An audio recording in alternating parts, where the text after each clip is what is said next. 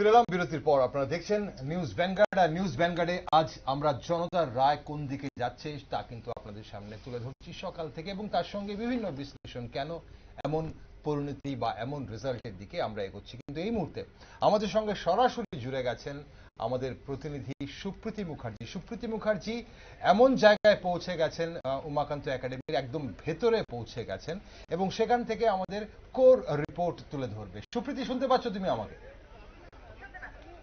সুপ্রীতি, এই মুহূর্তে সেখানে গণনা কেন্দ্রের কি পরিস্থিতি আর কি ফলাফল পেলে তুমি?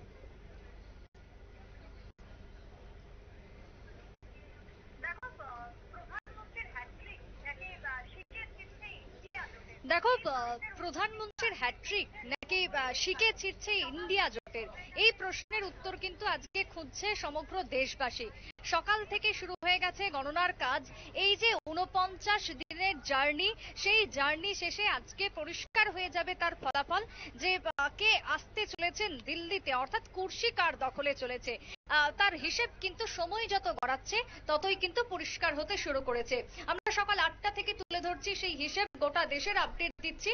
তারই সঙ্গে এই মুহূর্তে আমি রয়েছি উমাকান্ত একাডেমি স্ট্রং রুমের একেবারে সামনে আমরা দাঁড়িয়ে রয়েছি, যেখানে ভোট গণনার কাজ চলছে। পশ্চিম লোকসভা আসনের ভোট গণনা যেরকম চলছে, তার পাশাপাশি তোমার চলছে 7 রামনগরের ভোট গণনা। আমার সঙ্গে সহকর্মী জাকির হোসেন রয়েছে। উমাকান্তের ভেতরের ঠিক ছবিটা এই মুহূর্তে কি বলছে সেটাই তুলে ধরছি তোমাদের সঙ্গে। দেখো, এই মুহূর্তে আমরা যেটা দেখতে পাচ্ছি, তাতে করে এখনো পর্যন্ত গণনার কাজ সকাল থেকে চলছে অত্যন্ত সুষ্ঠুভাবে। যে লক্ষ্য, যে টার্গেট রয়েছে নির্বাচন কমিশনের, সেই লক্ষ্যকে সামনে রেখেই শুরু হয়ে গেছে গণনার কাজ। এখনো পর্যন্ত তোমার পশ্চিম লোকসভা আসনের দ্বিতীয় রাউন্ডের যে গণনা, সেই গণনা শেষ হয়ে গেছে। এখনো পর্যন্ত তৃতীয় রাউন্ডের গণনা চলছে পশ্চিম লোকসভা আসনের ক্ষেত্রে। পশ্চিম লোকসভা আসনের যে রিপোর্ট আমরা এখনো অবধি পেয়েছি, তাতে করে বিপ্লব দেবের যে প্রাপ্ত ভোট এখনো পর্যন্ত 3,29,000 পেরিয়ে গেছে, অর্থাৎ 3,29,000 ভোট এখন বিপ্লব দেবের ঝুলিতে রয়েছে। অন্যদিকে আশিস সাহার ঝুলিতে এখন সেখান থেকে অনেকটাই কম, প্রায় 2 লক্ষের কাছাকাছি ভোট রয়েছে। আমরা যদি 7 রামনগরের কথা বলি, 7 রামনগরের ক্ষেত্রে আমরা দেখতে পাচ্ছি যে তৃতীয় যে রাউন্ড, সেই তৃতীয় রাউন্ড গণনা একেবারে শেষ হয়ে গেছে, এবং চতুর্থ রাউন্ডের যে গণনা, সেই চতুর্থ রাউন্ড গণনার পরপরই কিন্তু যিনি রয়েছেন 7 রামনগরের ক্ষেত্রে রিটার্নিং অফিসার বিপুল দাস, তিনি ঘোষণা করে দিয়েছেন যে 7 রামনগরে এই মুহূর্তে তোমার 10,651 ভোট রয়েছে তোমার প্রার্থী বিজেপির তোমার দীপক মজুমদারের ঝুলিতে। অন্যদিকে যিনি রয়েছেন কংগ্রেস এবং সিপিএম এর জোট প্রার্থী রতন দাস, তার ঝুলিতে রয়েছে এই মুহূর্তে 2,616 ভোট। অর্থাৎ তুমি ডিফারেন্সটা বুঝছো, 7 রামনগরের ক্ষেত্রে একটা হিউজ ডিফারেন্সে এগিয়ে রয়েছে তোমার অন্যদিকে তোমার দীপক মজুমদার 7 রামনগরের উপনির্বাচনের প্রার্থী বিশাল ব্যবধানে এগিয়ে রয়েছেন। অন্যদিকে তৃতীয় রাউন্ড এখন চলছে পশ্চিম আসনে, এখনো পর্যন্ত 3 লক্ষ গড় ভোট রয়েছে বিপ্লব দেবের। দীপেন্দা। সুপ্রীতি, আমরা কিছুক্ষণ আগে অভিযোগ পেলাম জাতীয় কংগ্রেসের প্রার্থী বা ইন্ডিয়া জোটের প্রার্থী পশ্চিম ত্রিপুরা আসনের আশিস কুমার সাহা বলছিলেন যে ওনাদের পোলিং এজেন্টদের মারধর করে, পোলিং এজেন্ট নয় কাউন্টিং এজেন্টদের মারধর করে উমাকান্ত একাডেমি থেকে বের করে দেওয়া হচ্ছে, এবং পাশাপাশি শুধু উমাকান্ত নয়, গোটা ত্রিপুরা রাজ্যেই এমন করা হচ্ছে বলে উনি অভিযোগ করেছেন। তো সেখানে কি চিত্র দেখতে পাচ্ছ? কাউন্টিং এজেন্টরা রয়েছে কিনা সব দলে?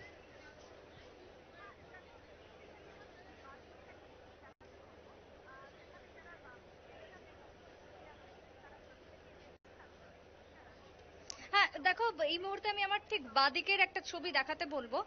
সেখানে যারা ভোটের কাজে জড়িত কর্মীরা রয়েছেন, তারা প্রত্যেকেই রয়েছেন। তার সঙ্গে প্রতিটা রাজনৈতিক দলের যে কাউন্টিং এজেন্ট, সেই কাউন্টিং এজেন্টরাও কিন্তু রয়েছেন যথাযথভাবে। এবং সামনে একটা বিশাল বড় জায়েন্ট স্ক্রিন করা হয়েছে।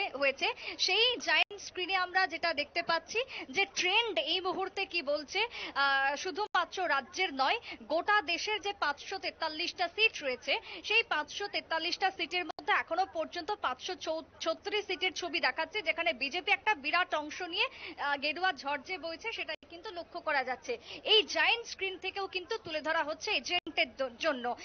দেখো, যেহেতু তুমি বলছিলে যে আশিস সাহা অভিযোগ করেছেন, আশিস সাহা কিসের ভিত্তিতে অভিযোগ করেছে এখন অব্দি সংবাদ আমাদের কাছে হয়তো তার পুরোপুরি হিসেব জানা নেই, কিন্তু যেহেতু উমাকান্ত স্ট্রং রুমে আমি সামনেই দাঁড়িয়ে রয়েছি, এই যে বিল্ডিং আমরা দেখছি, এই বিল্ডিং থেকেই কিন্তু আজকে বছরের পর বছর রাজ্যে নির্বাচন শুরু হওয়ার পর কিন্তু নানান রকমের ঐতিহ্য বহন করে চলেছে এই সেই বিল্ডিং, যে বিল্ডিং এর সামনে এখন প্রত্যেকটা রাজনৈতিক দলের এজেন্টদের আমরা লক্ষ্য করতে পারছি।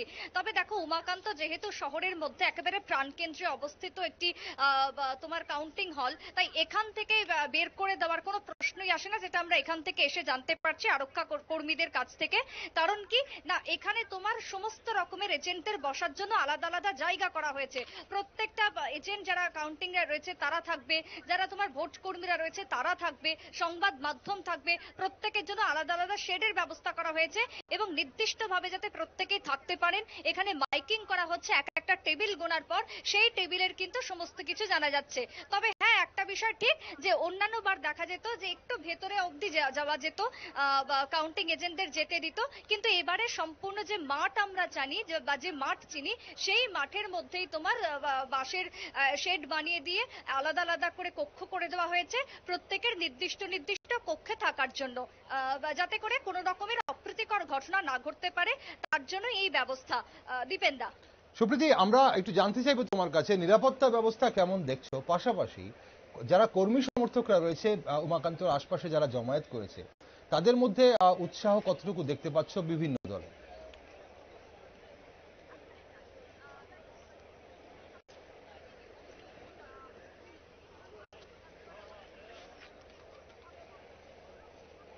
একেবারেই তাই। দেখো, এই মুহূর্তের সব থেকে যেটা প্রশ্ন, যে ভোটের যে ফলাফল প্রকাশ করা হবে সেটা যেন ত্রুটিপূর্ণ ভাবে হয়, কোন রকম ভাবে যাতে কোথাও কোনো বিক্ষিপ্ত ঘটনার খবর না উঠে আসে, তার জন্য তোমার নিরাপত্তাকে যথেষ্টভাবে জোরদার করা হয়েছে। এই মুহূর্তে উমাকান্ত একাডেমির যে এরিয়া রয়েছে, যেখানে স্ট্রং রুম থাকছে, তার চারিপাশকে কিন্তু 3 টায়ার যে নিরাপত্তা, সেই 3 টায়ার নিরাপত্তাতে এক প্রকার বেষ্টনীতে মুড়ে ফেলা হয়েছে। এবং যেহেতু উমাকান্তের ভেতরে আমি রয়েছি, ভেতরের যে ছবি দেখছি তাতে করে আর্ম ফোর্স যেরকম রয়েছে, তার সঙ্গে সেন্ট্রাল ফোর্স থাকছে, তার সাথে তোমার টিএসআর ব্যাটালিয়ন থাকছে এবং স্টেট পুলিশ রয়েছে, এমনকি মহিলা পুলিশ কর্মীদেরও কিন্তু উপস্থিতি আমরা দেখতে পাচ্ছি উমাকান্ত একাডেমির একেবারে ভেতরে। আর্ম ফোর্স যেরকম রয়েছে, তার সঙ্গে যে সেন্ট্রাল ব্যাটালিয়ন রয়েছে, সেন্ট্রাল ফোর্স যারা রয়েছেন, প্রায় 16,000 কোম্পানি কিন্তু মোতায়েন থাকছে, প্রায় 9,000 থাকছে তোমার টিএসআর এখনো পর্যন্ত, যে তথ্য আমরা পাচ্ছি। এবং আমরা রাস্তা থেকে যতক্ষণ আসছিলাম, এই উমাকান্ত অব্দি যে পৌঁছাচ্ছিলাম, আমরা রাস্তার চারিপাশে যেটা নজরে দেখলাম, যে তোমার যারা আজকের দিনটাতে যেহেতু সরকারিভাবে কোনো ছুটি ঘোষণা করা হয়নি, তাই যারা সরকারি কর্মচারীরা রয়েছেন বা যারা স্কুল কলেজ অফিস গোয়ার্সরা রয়েছেন, তারা কিন্তু নির্ধারিত সময় মতো আজকে যাচ্ছেন এবং বেরিয়ে পড়েছেন। তাদের জন্য আলাদা একটি রুট রয়েছে এবং এই যে কাউন্টিং এর চারপাশটা, এই যে বলয়টা রয়েছে প্রায় 200 মিটারের মধ্যে, সেই 200 মিটারকে কিন্তু মুড়ে ফেলা হয়েছে। এই 200 মিটারের মধ্যে যানবাহন চলাচল 2 হুইলার্স হোক বা 4 হুইলার্স হোক, সম্পূর্ণভাবে নিষিদ্ধ করে দেওয়া হয়েছে। অন্যদিকে তোমার 144 ধারা কিন্তু চলছে। এবারে যদি রাজনৈতিক কর্মী সমর্থকদের কথাই আসি, সেক্ষেত্রে আমরা দেখো খুব ভালোভাবেই জানি উমাকান্তের যে 4টে দিক রয়েছে, 4টে দিক কিন্তু 4টে রাজনৈতিক দলের জন্য এক প্রকার বরাবরের জন্য আমরা দেখে এসেছি চেনা ছবি। এক একটা দিকে এক একটা রাজনৈতিক দলের কর্মীরা থাকেন, যার মধ্যে আমরা যদি টিআরটিসি থেকে কৃষ্ণনগরের দিকে যাই, এই এরিয়াটা কিন্তু বিজেপির কর্মীদের জন্য রয়েইছে বরাবরের জন্য, ওখানে বিজেপির কর্মী সমর্থকরা থাকেন। আজকে সকাল থেকেও বিজেপি কর্মী সমর্থকদের উচ্ছ্বাস, এক একটা রাউন্ড যখন হচ্ছে, প্রত্যেকটা জায়গায় মাইকিং যেহেতু লাগানো রয়েছে, মাইকের আওয়াজ শুনে তারা উচ্ছ্বাসে মেতে উঠছে বা ফেটে পড়ছে। বিজেপিদের যে ভিড় আমরা দেখেছি, এই তোমার টিআরটিসি থেকে কৃষ্ণনগর যাবার পথে যে জায়গাকে কর্ডন করে দেওয়া হয়েছে, সেই রকমের ভিড় বা সেই নজর করা ছবি কিন্তু আমাদের পড়েনি তার উল্টো দিকে, অর্থাৎ আইজিএম থেকে যেটা আরএমএস এর দিকে রাস্তা যাচ্ছে, সেই আরএমএস এর দিকে রাস্তাতে কিন্তু বাঁশ বাঁধা হয়েছে আইজিএম এর ঠিক সেকেন্ড যে গেট রয়েছে সেই সেকেন্ড গেট থেকে। কিন্তু সেখানে কিন্তু কংগ্রেসের সমর্থকদের সেই ভিড় নেই, যদিও বা থাকে হাতে গোনা 2-1টা কর্মী সমর্থক রয়েছে। ঠিক তার অপর দিকে যদি আমরা বলি অফিস লেনের কথা, এই প্যারাডাইসের কথা, এদিকেও কিন্তু সমানভাবে কর্ডন থাকছে। এইদিকে সিপিএম এর যে ভিড় আমরা দেখি প্রত্যেকটা বছর বিধানসভার সময় বিশেষ করে দেখা যায়, সেই ভিড় কি ভিড় কিন্তু আজকে লোকসভার সময় ততটা লক্ষ্য করা যায়নি। বাদবাকি যে অংশ বলবো সেখানে সাধারণ মানুষজন যাতায়াত করছেন, কিন্তু সবটাই আজকে পুলিশ প্রশাসনের নিরাপত্তা বা প্রহরার একদম মধ্যেই সবাইকে চলতে হচ্ছে। একদম সেটা কিন্তু আমরা সকাল থেকে ছবি দেখে অন্তত পক্ষে বুঝতে পারছি। অস- তবে রাজ্যের যে ছবি এই মুহূর্তে শহর আগরতলার আমি তোমাকে ছবি যদি বলি, তাতে করে সব দিকেই কিন্তু বেশ কড়াকড়ি নিরাপত্তা থাকছে। ধন্যবাদ ধন্যবাদ এই মুহূর্তে সুপ্রীতি, তোমার রিপোর্টের জন্য আমরা অবশ্যই আবার তোমার কাছে যাব এবং পরবর্তী সময়ে কি রিপোর্ট তোমার কাছে থাকে তা নিয়ে নেব। এই মুহূর্তের জন্য তোমাকে ধন্যবাদ। দর্শক বন্ধুরা, সুপ্রীতি মুখার্জি একদম উমাকান্ত ময়দানের যেখানে কাউন্টিং চলছে, কাউন্টিং হলের ভেতর থেকে কিন্তু আমাদের সেই রিপোর্ট আপনাদের জানালেন। আপনাদের এই মুহূর্তে জানিয়ে রাখি, রাজ্যের আমরা যদি চোখ রাখি তাহলে দুটো আসন, লোকসভার দুটো আসন রাজ্যের, পূর্ব ত্রিপুরা আসন, পশ্চিম ত্রিপুরা আসন, এবং পাশাপাশি একটি উপনির্বাচন হয়েছে রামনগর বিধানসভা কেন্দ্রের। তার রিপোর্টের দিকে যদি আমরা চোখ রাখি, প্রথমে পূর্ব ত্রিপুরা আসনে বিজেপি প্রার্থী কৃতি সিং দেববর্মা, উনি কিন্তু ভোট পেয়েছেন 5,20,181। কৃতি সিং দেববর্মা উনি ভোট পেয়েছেন 5,20,181। সিপিআইএম প্রার্থী রাজেন্দ্র রিয়াং উনি ভোট পেয়েছেন 1,86,031টি ভোট। অর্থাৎ কৃতি সিং দেববর্মা বিজেপি প্রার্থী 3,34,150 ভোটে এই মুহূর্তে এগিয়ে আছেন। 10টা 58 কিন্তু এই রিপোর্ট। এবং তারপর যদি আমরা চোখ রাখি পশ্চিম ত্রিপুরা আসনে, বিজেপি প্রার্থী বিপ্লব কুমার দেব 5,50,429 ভোটে এগিয়ে আছেন। সেখানে জাতীয় কংগ্রেস প্রার্থী আশিস সাহা ভোট পেয়েছেন, বিজেপি প্রার্থী ভোট পেয়েছেন 5,50,429টি। কংগ্রেস প্রার্থী আশিস কুমার সাহা ভোট পেয়েছেন 1,65,792টি। অর্থাৎ বিপ্লব কুমার দেব 3,84,637 ভোটে এগিয়ে আছেন। অন্যদিকে উপনির্বাচন হচ্ছে 7 রামনগর বিধানসভা কেন্দ্রে, সেখানে বিজেপি প্রার্থী দীপক মজুমদার উনি ভোট পেয়েছেন 10,651টি, এবং সিপিআইএম প্রার্থী রতন দাস উনি ভোট পেয়েছেন 2,611টি। অর্থাৎ 8,040 ভোটে দীপক মজুমদার এগিয়ে আছেন। আমরা আবার সর্বভারতীয় নজরে যদি দেখি, বিভিন্ন রাজ্যে যেখানে হাড্ডাহাড্ডি লড়াই সেদিকে আমরা অবশ্যই নজর রাখছি। বিভিন্ন রাজ্যে এই মুহূর্তে দেখা যাচ্ছে এনডিএ জোট, যেমন গুজরাট, মধ্যপ্রদেশ, সেখানে কিন্তু বিজেপি একদম ভালো ফলাফল, 2019-এর মতো ফলাফল করছে, প্রায় ক্লিন সুইপের দিকে এগিয়ে যাচ্ছে। কিন্তু হাড্ডাহাড্ডি লড়াই যেখানে হচ্ছে সেখানে উত্তরপ্রদেশে এনডিএ এই মুহূর্তে 36টি আসনে এগিয়ে রয়েছে, ইন্ডিয়া মঞ্চ 43টি আসনে এগিয়ে রয়েছে। মহারাষ্ট্রে এনডিএ জোট 18টি আসনে এগিয়ে রয়েছে, আইএনডিআই মঞ্চ 30টি আসনে এগিয়ে রয়েছে। পশ্চিমবঙ্গে আমরা যদি দেখি তাহলে এনডিএ বিজেপি 13টি আসনে এগিয়ে রয়েছে, সেখানে তৃণমূল কংগ্রেস 26টি আসনে, এবং জাতীয় কংগ্রেস 2টি আসনে, এবং অন্যান্যরা 1টি আসনে এগিয়ে রয়েছে। আমরা বিহারের দিকে চোখ রাখলে 34টি আসনে এনডিএ এগিয়ে রয়েছে, 5টি আসনে এগিয়ে রয়েছে আইএনডিআই ব্লক। আমাদের সঙ্গে আমাদের দুজন অতিথি রয়েছেন। মণিবাবু, এই যে লিড পূর্ব ত্রিপুরায় 3,34,000 এবং পশ্চিম ত্রিপুরা আসলে 3,84,000, এই লিড কভার আপ করা সম্ভব হবে বলে মনে হচ্ছে? অসম্ভব। এটা এই মুহূর্তে যা হচ্ছে অন্তত 4-5টা রাউন্ড হয়ে গেছে বোধহয়, নাহলে এতখানি ভোট আসতে পারে না। তো এই জায়গা থেকে কভার করে আসা, মানে এখানে ত্রিপুরা রাজ্যে বিজেপি দল 2টো সিটই পেয়ে যাচ্ছে প্রায়, আমার অভিজ্ঞতা থেকে আমি অন্তত বলতে পারি। এখান থেকে কভার আপ করা মানে এটা মিরাকেল করতে হবে। হ্যাঁ, এক যদি ভোট গণনা বন্ধ হয়ে যায় তাহলে আলাদা কথা, কিন্তু এখানে অসম্ভব বিষয়, এখান থেকে 2টো সিটই বেরিয়ে যাচ্ছে। সর্বভারতীয় ক্ষেত্রে কিন্তু লড়াইটা এখনো হাড্ডাহাড্ডি পর্যায়ে আছে।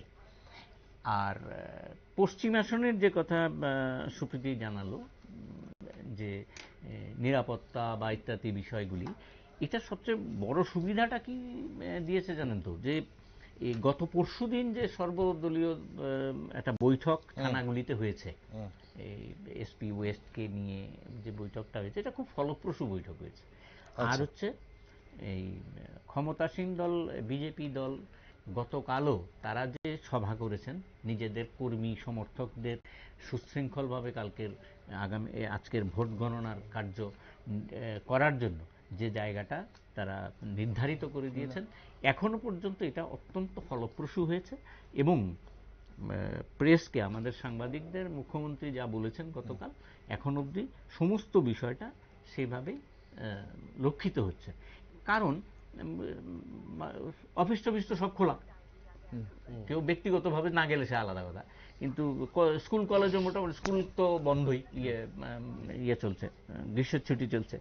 ফলে কোনো জায়গায় অন্তত আমি তো আসার সময় কোনো জায়গায় কোনো সমস্যা আমি লক্ষ্য করিনি। আমি তো নিজের ভেহিকেলসে এসেছি, কোনো সমস্যা লক্ষ্য করিনি। এবং এই জায়গায় দাঁড়িয়ে আইন শৃঙ্খলাটা রক্ষা করার দায়িত্ব এই রাজ্য প্রশাসনের এবং আপাতত এখন অবধি নির্বাচন কমিশনের। নির্বাচন শেষ হয়ে যাওয়ার পরে রাজ্য প্রশাসনের হবে। সেই দিক থেকে আমার মনে হয় আমরা আসবো আবার আপনার কাছে আসবো, সঠিক কাজ করছে। মনে মধ্যে অবশ্যই আসবো। আমাদের প্রতিনিধি অঙ্কিতা জুড়ে গেছেন আমার সঙ্গে এই মুহূর্তে। দেখি অঙ্কিতা কোথায় আছে এবং কি রিপোর্ট আমাদের দিচ্ছে। অঙ্কিতা, শুনতে পাচ্ছ তুমি আমাকে? অঙ্কিতা, তুমি শুনতে পাচ্ছ আমাকে?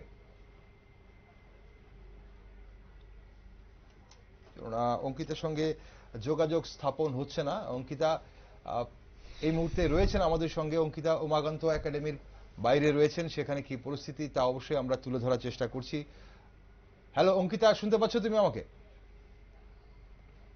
চলুন, যোগাযোগ স্থাপন হয়নি। যেটা বলছিলেন মনিমাদা, আমরা অবশ্যই আপনার কাছে আরেকবার আসবো। অরিন্দম বাবু, আপনার কাছে আসবো। অরিন্দম বাবু, এই যে ট্রেন্ড এই মুহূর্তে দেখা যাচ্ছে, এটা কি শেষ অবধি এরকম ভাবে থাকতে পারে, নাকি মনে হচ্ছে যে আমূল একটা পরিবর্তন হয়ে যাবে? গোটা ভারতবর্ষ চিত্র বলছে। মোটামুটি এখন 11টা বেজে 11:15 বাজে, তো ধরে নেওয়া যেতে পারে যে মোটামুটি 3 রাউন্ড তো গণনা হয়েই গেছে।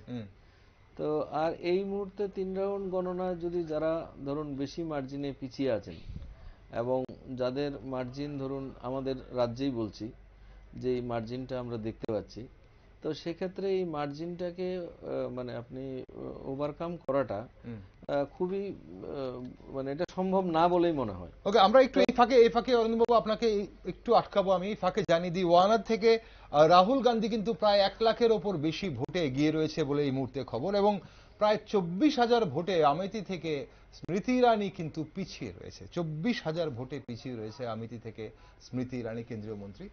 এটা প্রাসঙ্গিক এবং সেটা অবশ্যই সে বিষয়ে একটু আলোকপাত চাইবো আপনাদের।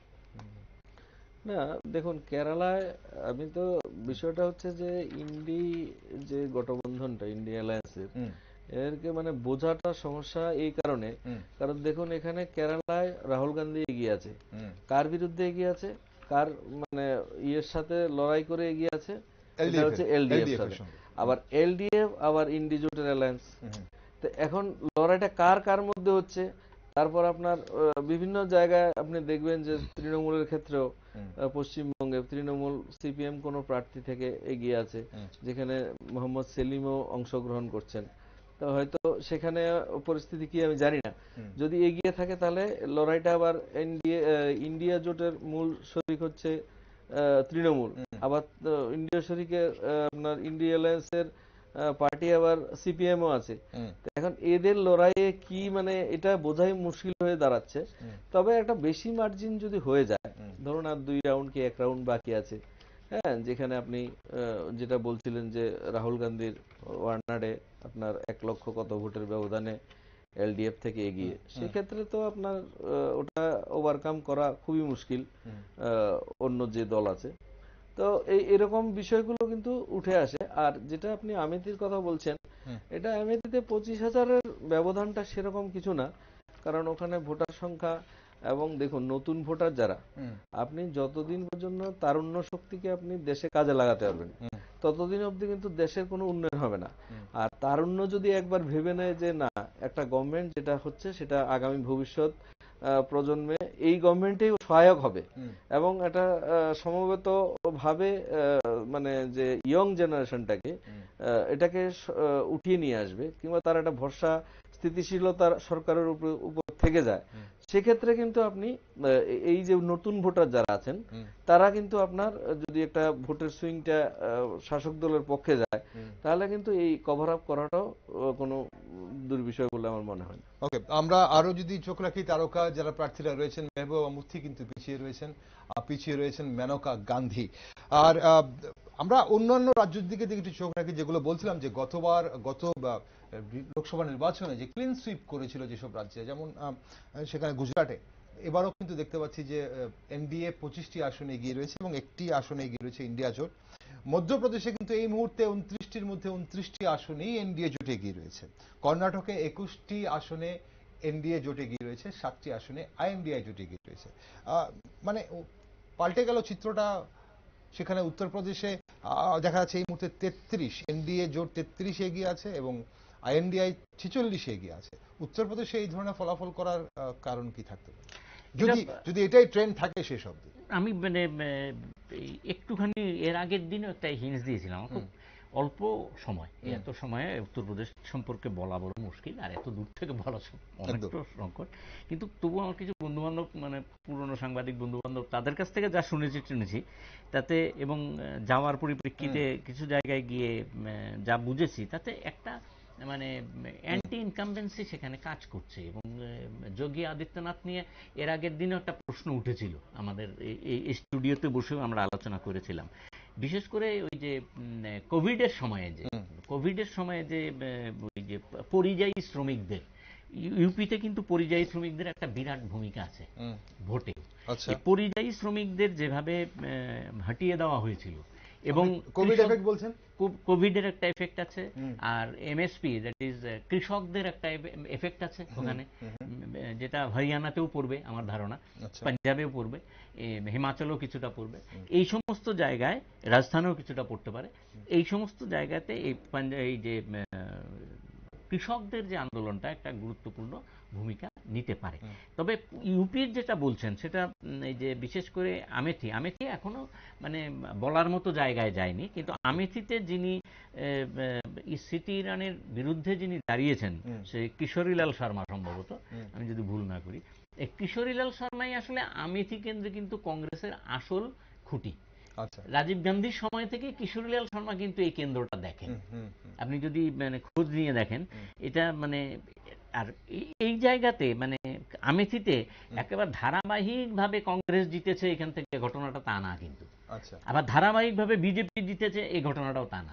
এখানে প্রায়শই ওলটপালট হয়েছে। কিন্তু আমাকে যেটা মানে আপনি যেটা বললেন একটু আগে, আমাকে একটু মানে অবাক করেছে যে মানেকা গান্ধীর যে সিটটা, মানেকা গান্ধীর সিটে মানেকা গান্ধী পিছিয়ে যাওয়াটা, কিন্তু আপনি যদি বলতে পারেন সেটব্যাক ইন ইউপি, এখন উনি সেটা কভার আপ করতে পারেন কিনা সেটা অবশ্যই দেখার বিষয়। কিন্তু উত্তরপ্রদেশে এই মুহূর্তে দেখা যাচ্ছে পিলভিটে কিন্তু মানেকা গান্ধীর ছেলেকে এবার নমিনেশন দেওয়া হয়নি, বরুণ গান্ধীকে, যার ফলে পিলভিট এবং এই মানেকা গান্ধীর এই সিটটা একটু কঠিন টাইট সিচুয়েশনে পড়ে গেল বলে মনে হচ্ছে। ওকে, চতুর্থ রাউন্ডের গণনার পর আমরা যদি উপনির্বাচন, রামনগর বিধানসভা কেন্দ্রের উপনির্বাচনের দিকে আমরা চোখ রাখি, তাহলে সেখানে দীপক মজুমদার ভারতীয় জনতা পার্টি প্রার্থী, উনি পেয়েছেন ভোট 10,651টি ভোট, এবং রতন দাস সিপিআইএম প্রার্থী, উনি ভোট পেয়েছেন 2,616টি ভোট।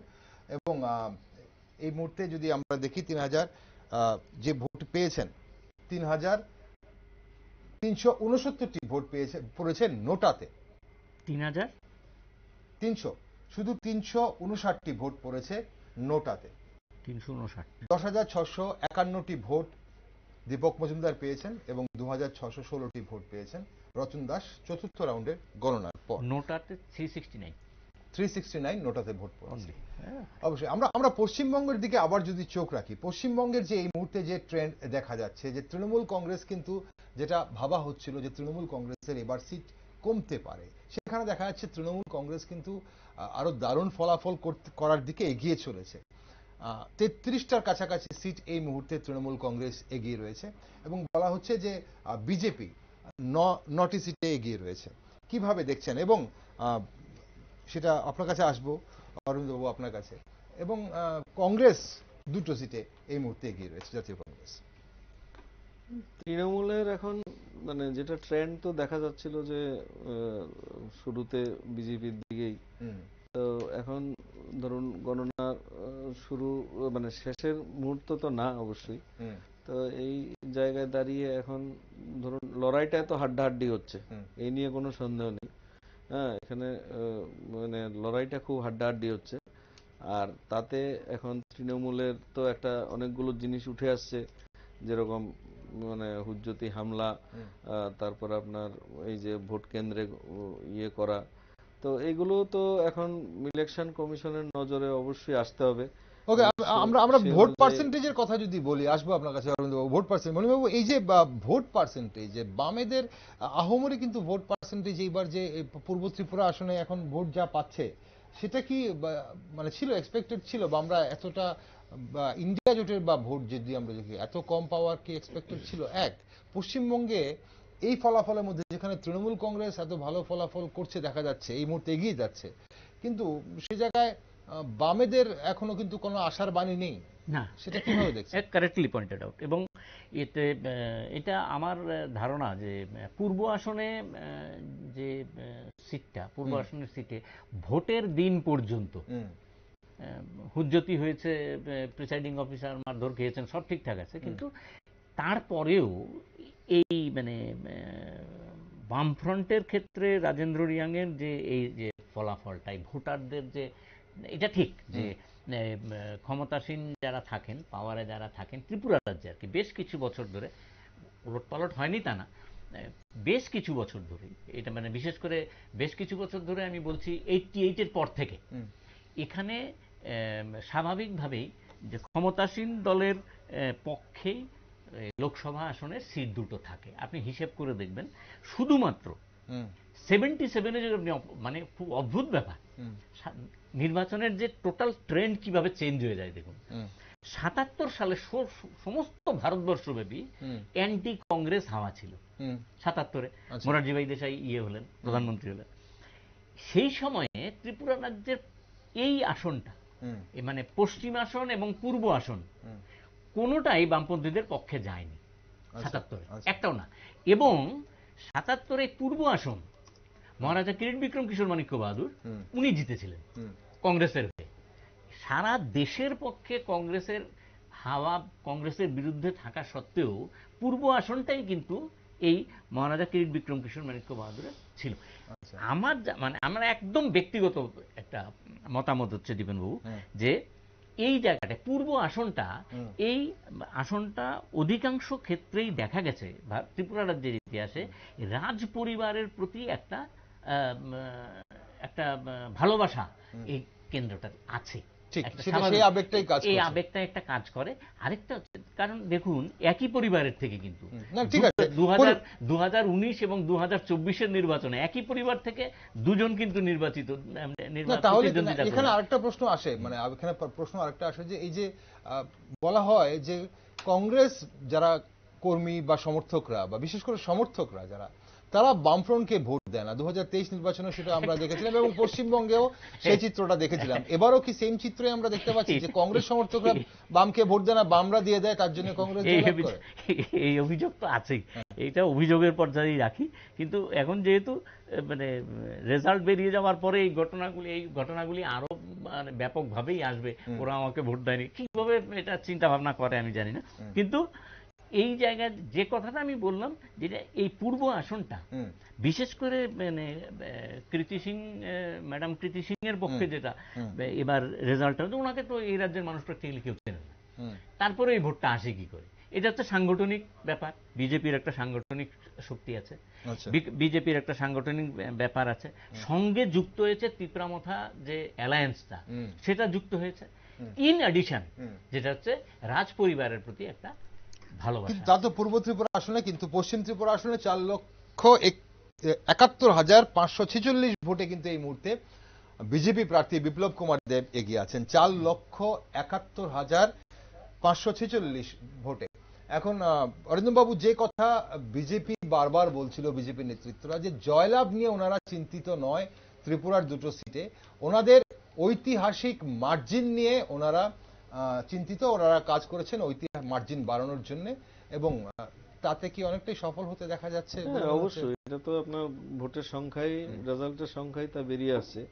এবং যতই যা কিছু প্রচারে আসুক না কেন, হ্যাঁ, যে ধরুন ইনকামবেন্সি কিংবা ক্যান্ডিডেট সিলেকশন থেকে শুরু করে সে সবগুলো উড়িয়ে মানুষ আপনার একমত হয়ে ভোট দিয়েছে।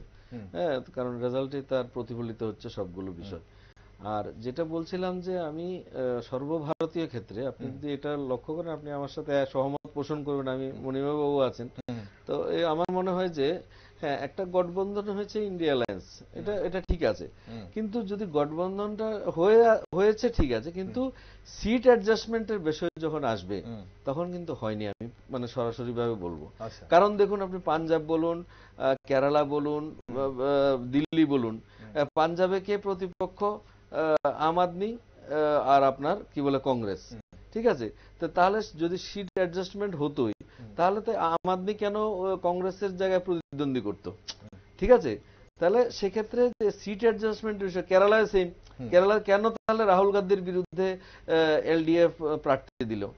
ঠিক আছে না, তাহলে সিট অ্যাডজাস্টমেন্ট হয়নি, তো সিট অ্যাডজাস্টমেন্ট হয়নি, আর সেখানে আর সার্বিকভাবে একটা গঠবন্ধন হয়েছে।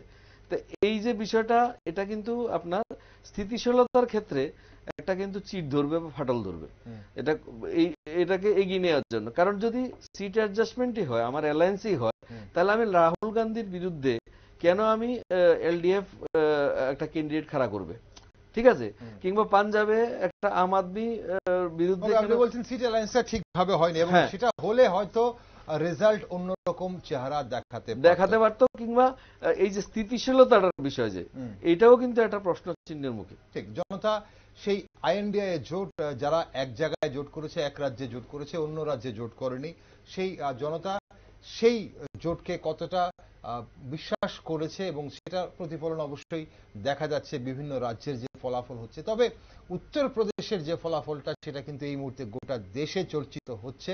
আমাদের কাছে সেই খবর রয়েছে, এই মুহূর্তে দেখা যাচ্ছে উত্তরপ্রদেশে 32টি সিটে এগিয়ে রয়েছে এনডিএ জোট, এবং সেখানে 47টি সিটে এগিয়ে রয়েছে আইএনডিআই ব্লকের বা আইএনডিআই মঞ্চের যারা, এবং একটি সিটে অন্যান্যরা এগিয়ে রয়েছে। এখন প্রশ্ন হচ্ছে যে আমরা ত্রিপুরা রাজ্যের দিকে যদি চোখ রাখি, তখন এরকম ঐতিহাসিক জয়, আর অন্যদিকে আমরা পশ্চিমবঙ্গে যদি দেখি, তৃণমূল কংগ্রেসের এভাবে একের পর এক সিটে এগিয়ে যাওয়া, আর ভারতবর্ষের বিভিন্ন রাজ্যে ক্লিন সুইপের দিকে এগিয়ে যাচ্ছে বিজেপি, সেটা মধ্যপ্রদেশ হোক বা গুজরাট হোক। মহারাষ্ট্রে কিন্তু চিত্র আবার অন্যরকম বলছে। এখন কথা হচ্ছে, মহারাষ্ট্রে 30 এবং 18, 30 আইএনডিআই ব্লক এগিয়ে রয়েছে, 18 এনডিএ জোটে এগিয়ে রয়েছে।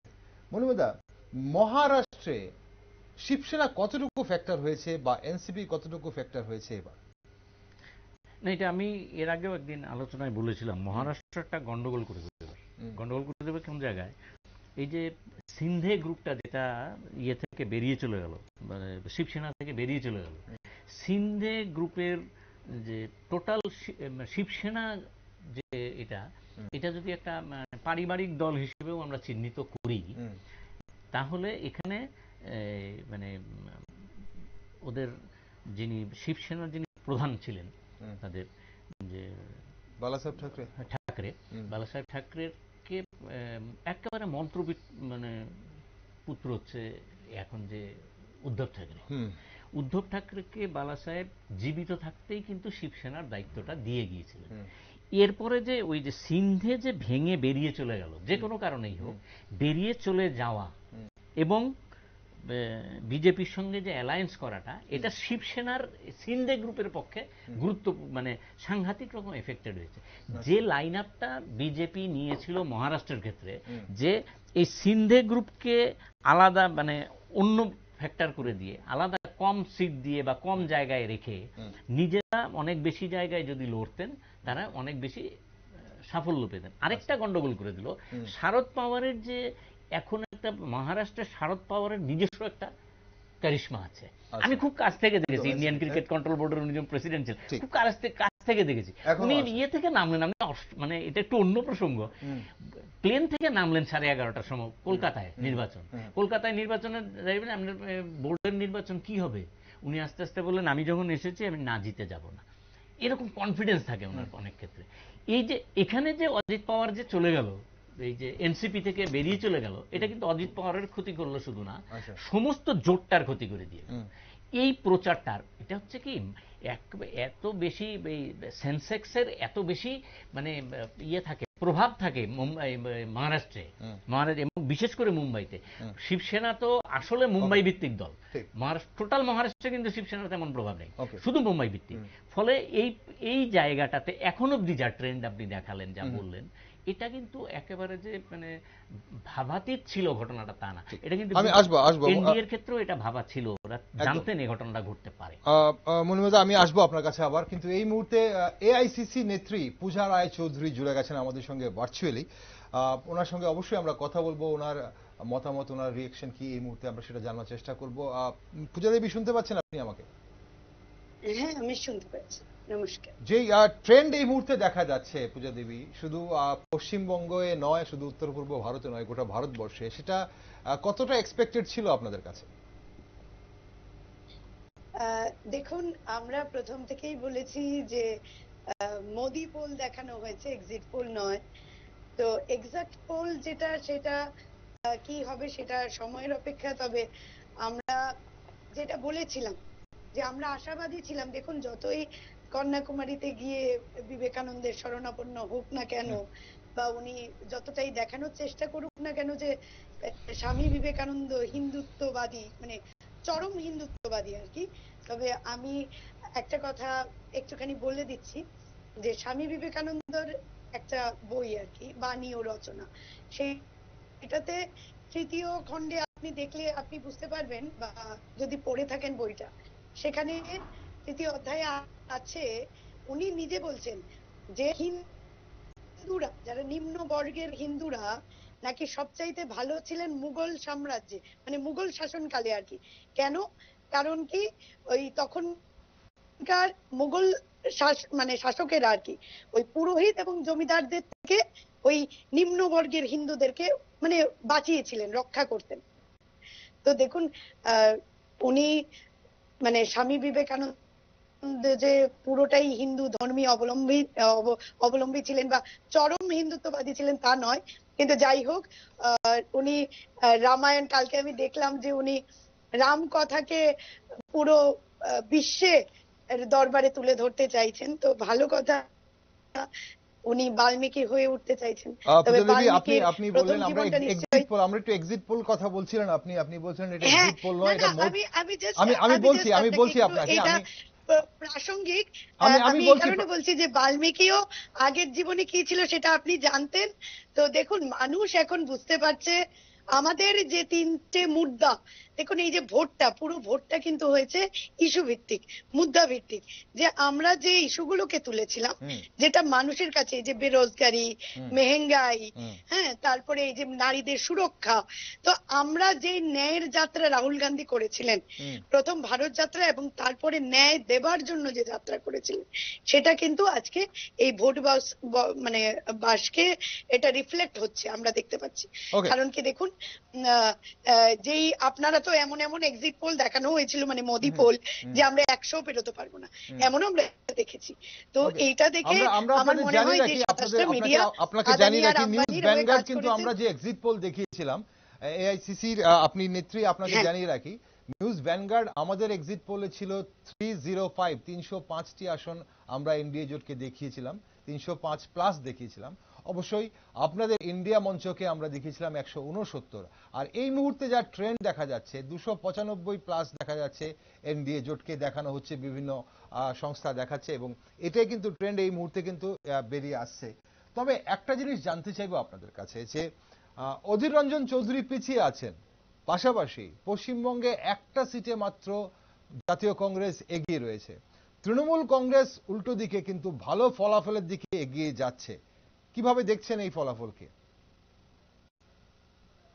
দেখুন, তৃণমূল কংগ্রেস, বিজেপি যে বাংলায় সেরকম দাঁত ফোটাতে পারবে না, সেটা আমরা বহুদিন আগে থেকেই জানতাম, কারণ মানুষ বুঝে গেছিল। কারণ বাঙালিরা ওই বলাই হয়, what Bengal things today, India things tomorrow. দেখুন, আমি বলবো না যে আমরা কংগ্রেস বিশাল কিছু রেজাল্ট করবো বা জোট, আমরা আশাবাদী যে আমরা একটা ভালো রেজাল্ট বা আমাদের ভোট পার্সেন্টেজ অনেকটা বেড়ে যাবে, কিন্তু আমরা কখনোই কিন্তু বলিনি যে আমরা মানে বিজেপি জিতবে বা বিজেপি তুমুল ভাবে সিট পাবে। দেখুন, টিএমসি বাড়ছে, এটা খুব স্বাভাবিক ব্যাপার, কারণ এইবার ইন্ডিয়া জোটটাকে বেশি গুরুত্বপূর্ণ ভাবে দেখেছেন। কারণ দেখুন, দিদি যতই আমাদের সাথে কুস্তি করুক, দিল্লিতে গিয়ে সেই দোস্তি করেন। তো আমরা বাংলাতে থেকে একেবারেই দিদির পক্ষপাতিত্ব করি না, তবে উনি মানুষকে বুঝিয়েছেন উনি যে ইন্ডিয়া জোটকে উনি বাইরে থেকে সমর্থন করছেন। মানে আসানসোলে ট্রেন ছেড়ে নেমে গেছিলেন, কিন্তু ট্রেন দিল্লি পৌঁছে যাচ্ছে, যার জন্য উনি আবার ট্রেনে উঠতে চেয়েছেন, সেটা আলাদা ব্যাপার। কিন্তু মানুষ বিজেপি কে কোনোভাবেই নিতে চাইছে না, সেটা এনআরসি এর কথা মাথায় রেখে হোক বা এটা তুমুল হিন্দুত্ববাদীর কথা মাথায় রেখেই হোক। একটা আমরা বাঙালিরা বরাবরই ওই নিজেরা মনে করি যে দিওয়ালিতেও আলী আছে, রমজানেও রাম আছে। তো আমাদের এই সেকুলারিজম, এই যে ধর্ম নিরপেক্ষতা, এটাকে ভাঙাটা আমার মনে হয় একটু টাফ হয়ে দাঁড়িয়েছে বিজেপির পক্ষে। ওকে পূজা দেবী, এই মুহূর্তে বিজেপি ডায়মন্ড হারবারে আমরা দেখলাম বিজেপি প্রার্থী রাস্তায় বসে পড়েছেন, রাস্তা অবরোধ করছেন, সেখানে ভোট কারচুপির অভিযোগ উনি তুলেছেন। অভিষেক বন্দ্যোপাধ্যায় নেতৃত্বে টিএমসির যারা কর্মীরা রয়েছেন তাদের বিরুদ্ধে। আপনারা কি দেখছেন, গণনা কেমন চলছে এই মুহূর্তে পশ্চিমবঙ্গে? দেখুন, পশ্চিমবঙ্গে আপাতত গণনা ঠিকঠাকই চলছে, কারণ প্রত্যেক জায়গায় প্রত্যেকটা বুথে আমাদের লোক আছে। আর বিজেপির এটা চিরচরিত নাটক। একবার ওই অমরনাথে গিয়ে নাটক করতে দেখেছি, এখন আবার দেখতে পাচ্ছি আমরা যে কন্যাকুমারীতে নাটক, কারণ আমরা ওখান থেকে যাত্রা শুরু করেছিলাম। তো মোদিজি ভাবলেন একটু আমি বিবেকানন্দের শরণাপন্ন হই, তো উনি ধ্যানে বসেছেন। তো যাই হোক, ঠিক একই ধারায় ওখানে তো আর কন্যাকুমারী মানে ওই ওখানের বিজেপি ভাই বোনেরা রাস্তায় বসছেন, ধর্নায় বসছেন।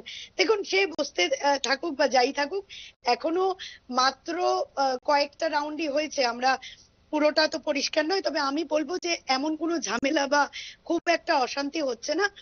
তবে যেখানে অশান্তি হবে আমরা তো রুখে দাঁড়াবোই। আমরা কিন্তু কংগ্রেস আজকে সকাল থেকেই যেটাতে নজর দিচ্ছি বিশেষ করে, সেটা ওয়ার রুম।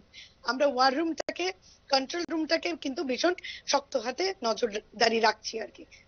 আমাদের ত্রিপুরা রাজ্যে যদি আমরা চোখ রাখি, ত্রিপুরা রাজ্যের পশ্চিম ত্রিপুরা আসনের কংগ্রেস প্রার্থী অভিযোগ করেছেন একদম সকালবেলা, যেমনটা ভোটের দিন উনি একদম শুরুতেই অভিযোগ করছিলেন যে পোলিং এজেন্টদের বের করে দেওয়া হচ্ছে এবং মেরে ধরে বিভিন্ন পোলিং স্টেশন থেকে, ঠিক আজও একইভাবে উনি গণনার শুরুতেই অভিযোগ করেছেন যে কাউন্টিং এজেন্টদের ওনাদের বের করে দেওয়া হচ্ছে কাউন্টিং হল থেকে। তো এরকম চিত্র আপনি বলছেন পশ্চিমবঙ্গে নেই? দেখুন, পশ্চিমবঙ্গে আছে, বিভিন্ন জায়গাতে হচ্ছে। আমাদের সেই জায়গাগুলোতে কিন্তু আমাদের যারা লোকেরা রয়েছে, আমাদের যারা কর্মী সমর্থকেরা রয়েছে, তারা কিন্তু সেই জায়গাতে গিয়ে বাধা দিচ্ছে, সেই জায়গাতে গিয়ে বরংবর বা রিপোর্ট করছে। কিন্তু আমাদের এখন পর্যন্ত সেই রকম কংগ্রেস বা বাম সমর্থকেরা যে দু একটা জায়গায় হয়েছে, সেটা দেখুন এইটুকুনি বিক্ষিপ্ত ঘটনা, যেখানে পশ্চিমবঙ্গের মতো জায়গায় অধীর রঞ্জন চৌধুরী পিছিয়ে রয়েছে। দেখুন, এইটা এখনো শেষ কথা নয়। অধীর রঞ্জন চৌধুরী আমরা 100% নিশ্চিত যে আমরা জিতবো। অধীর বাবু মানে আমরা এখান থেকে বলে দিচ্ছি যে মানে অধীর দা এক্সিট পোল, মোদি পোল, সেগুলোর অপেক্ষা করেই মানে আমরা বহরমপুর যেটা বারবার বলেছে যে অধীর আগ্রহে অপেক্ষা করছে, তো আমরা অধীর চৌধুরী ওখানে এমনি জয়ী হবেন। তো সেটা নিয়ে আমরা কোনো রকম প্রশ্ন চিহ্ন রাখছি না। তো সেটা বড় কথা। এই মুহূর্তে পশ্চিমবঙ্গে কংগ্রেস কটা সিট পেতে চলেছে এবং গোটা ভারতবর্ষে 295, খারগেজি বলেছিলেন, আপনি কটা পেতে পারেন? দেখুন, কংগ্রেস আমরা বলছি 295 ঠিকই। তো এখন যা ট্রেন্ড দেখছি, আমরা ট্রেন্ডের উপর আরেকটু নজর রাখতে চাইছি, আরেকটু দেখে নিতে চাইছি। যাই হোক, 295 এর আশেপাশ দিয়েই আমরা যাব। আমরা ওই মানে আপনি বুঝতেই পারছেন যে আপনারা সন্দিহান ছিলেন যে আমরা ওই আজকে সকালবেলায় দেখছিলাম আজ তাক বলছে যে আমরা একটু সন্দিহান যে কংগ্রেস ডাবল ডিজিট পেরোতে পারবে কিনা। আমরা অলরেডি ট্রিপল ডিজিট না, শুধু 200 পার করে গেছি। মানে কিন্তু আমরা যে তথ্যটা দিয়েছি, আমরা এক্সিট পোল বা মোদি পোলে বিশ্বাসী নই, তবে আমরা কিন্তু প্রত্যেকটা প্রদেশের যারা স্টেট প্রেসিডেন্টরা রয়েছেন, মুখ্যমন্ত্রীরা রয়েছেন, যারা গ্রাউন্ড রিয়েলিটির সাথে যুক্ত রয়েছেন, আমরা তাদের থেকে নিউজ এনে তাদের থেকেই কিন্তু আমরা ওই এক্সিট পোলের ব্যাপারটা জেনে বুঝে কিন্তু আপনাদেরকে বলেছিলাম যে আমরা 295 পাবো। তো আমরা দেখতে পাচ্ছি একটু আমি আটকাবো আপনাকে, আপনি সঙ্গে থাকতে আমরা একটু দেখানোর চেষ্টা করব যেহেতু আপনি বারবার এক্সিট পোল এবং মোদি পোল বলছেন, নিউজ ভ্যানগার্ড দর্শক বন্ধুরা শুনছেন আপনাকে, এবং দর্শক বন্ধুদের একবার একটু আমরা মনে করিয়ে দিই যে আমরা কি এক্সিট পোল দেখিয়েছিলাম, কেন আমাদের সমীক্ষা কি বলছিল, একটু এক নজর দর্শক বন্ধুদের আমরা একটু দেখাতে চাইবো।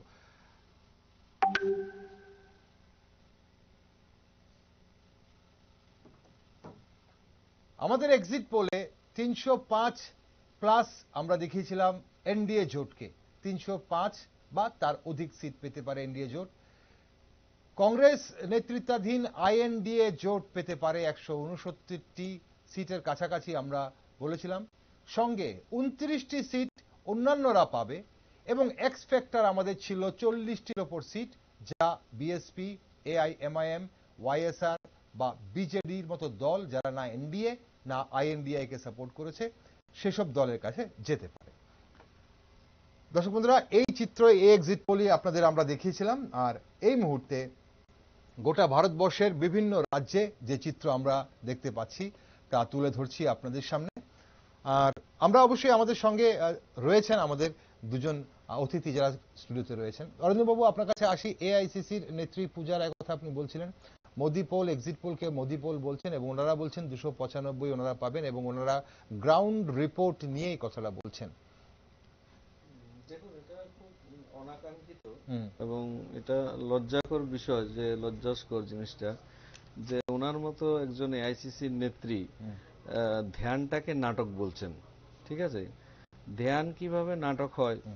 যোগ এবং ধ্যান এটা কোনো পার্টি রাজনৈতিক দলের অন্তর্ভুক্ত নয়। ঠিক আছে, যোগটাকে কিন্তু আমরা যদি যোগ করি, সে যে কেউ করতে পারে, যে কোনো ধর্মাবলম্বীর লোক যোগ করতে পারে, যে কেউ ধর্মাবলম্বীর লোক ধ্যান করতে পারে। তাহলে এখানে ধ্যানটাকে নাটক বলছেন উনি কন্যাকুমারিকাতে গিয়ে নাটক করেছেন, সেটা অনাকাঙ্ক্ষিত একটা। এত ধ্যানে 12টা ক্যামেরার দরকার পড়ে না, 9টা 12টা ক্যামেরা ছাড়া বোধহয় ধ্যানটা ভালো হয়।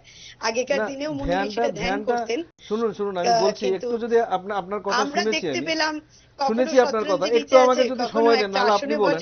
দেখুন, ধ্যান আপনি বলুন, ধ্যানের মতো করতে হয়। আপনি বলুন। ধ্যানটাও একটা পাবলিসিটি যখন হয়, সেটা আর ধ্যান থাকে না। ঠিক, আমরা শুনে নি পূজা দেবী, আপনার কাছে আসবো আবার। হ্যাঁ, অরিন্দবাবু বলুন। শুনুন, ধ্যানটার বিষয়টা হচ্ছে উনি একটা প্রটোকলের মধ্যে আছেন। ঠিক আছে, একজন প্রাইম মিনিস্টার প্রটোকলের মধ্যে থাকেন, বিভিন্ন ওনাকে এইভাবে একা ছেড়ে দেওয়া যায় না। ঠিক আছে, ওনার মুভমেন্ট, তাহলে আপনারা বলবেন যে উনি কোথায় দুদিন চলে গেল, 48 ঘন্টা মোদি পালিয়ে গেছে, 48 ঘন্টা মোদির কোনো খোঁজ নেই, মোদি হেরে গেছে, এটা আরেকটা প্রচারে যাবেন আপনারা।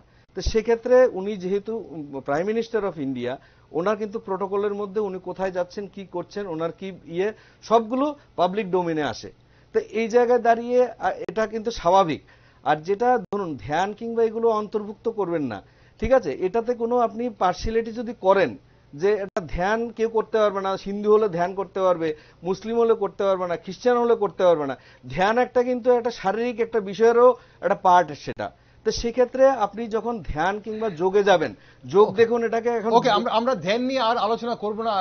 না, সেটা খুব খারাপ লাগলো, ব্যথিত হলাম যে এটা যদি আপনি অন্য একটা রাজনৈতিক মানে আঙ্গিনায় কথাটা বলতেন, তাহলে হয়তো আমি মেনে নিতাম। কিন্তু ধ্যানটাকে আপনি একটা বিশেষ রাজনৈতিক দলের সাথে এনে এবং একটা ধর্মের সাথে যোগ করে, সেটা অনাকাঙ্ক্ষিত দিদি। ওকে, পূজা দেবী, এই মুহূর্তে কানাইয়া কুমার উত্তর দিল্লি থেকে পিছিয়ে রয়েছেন।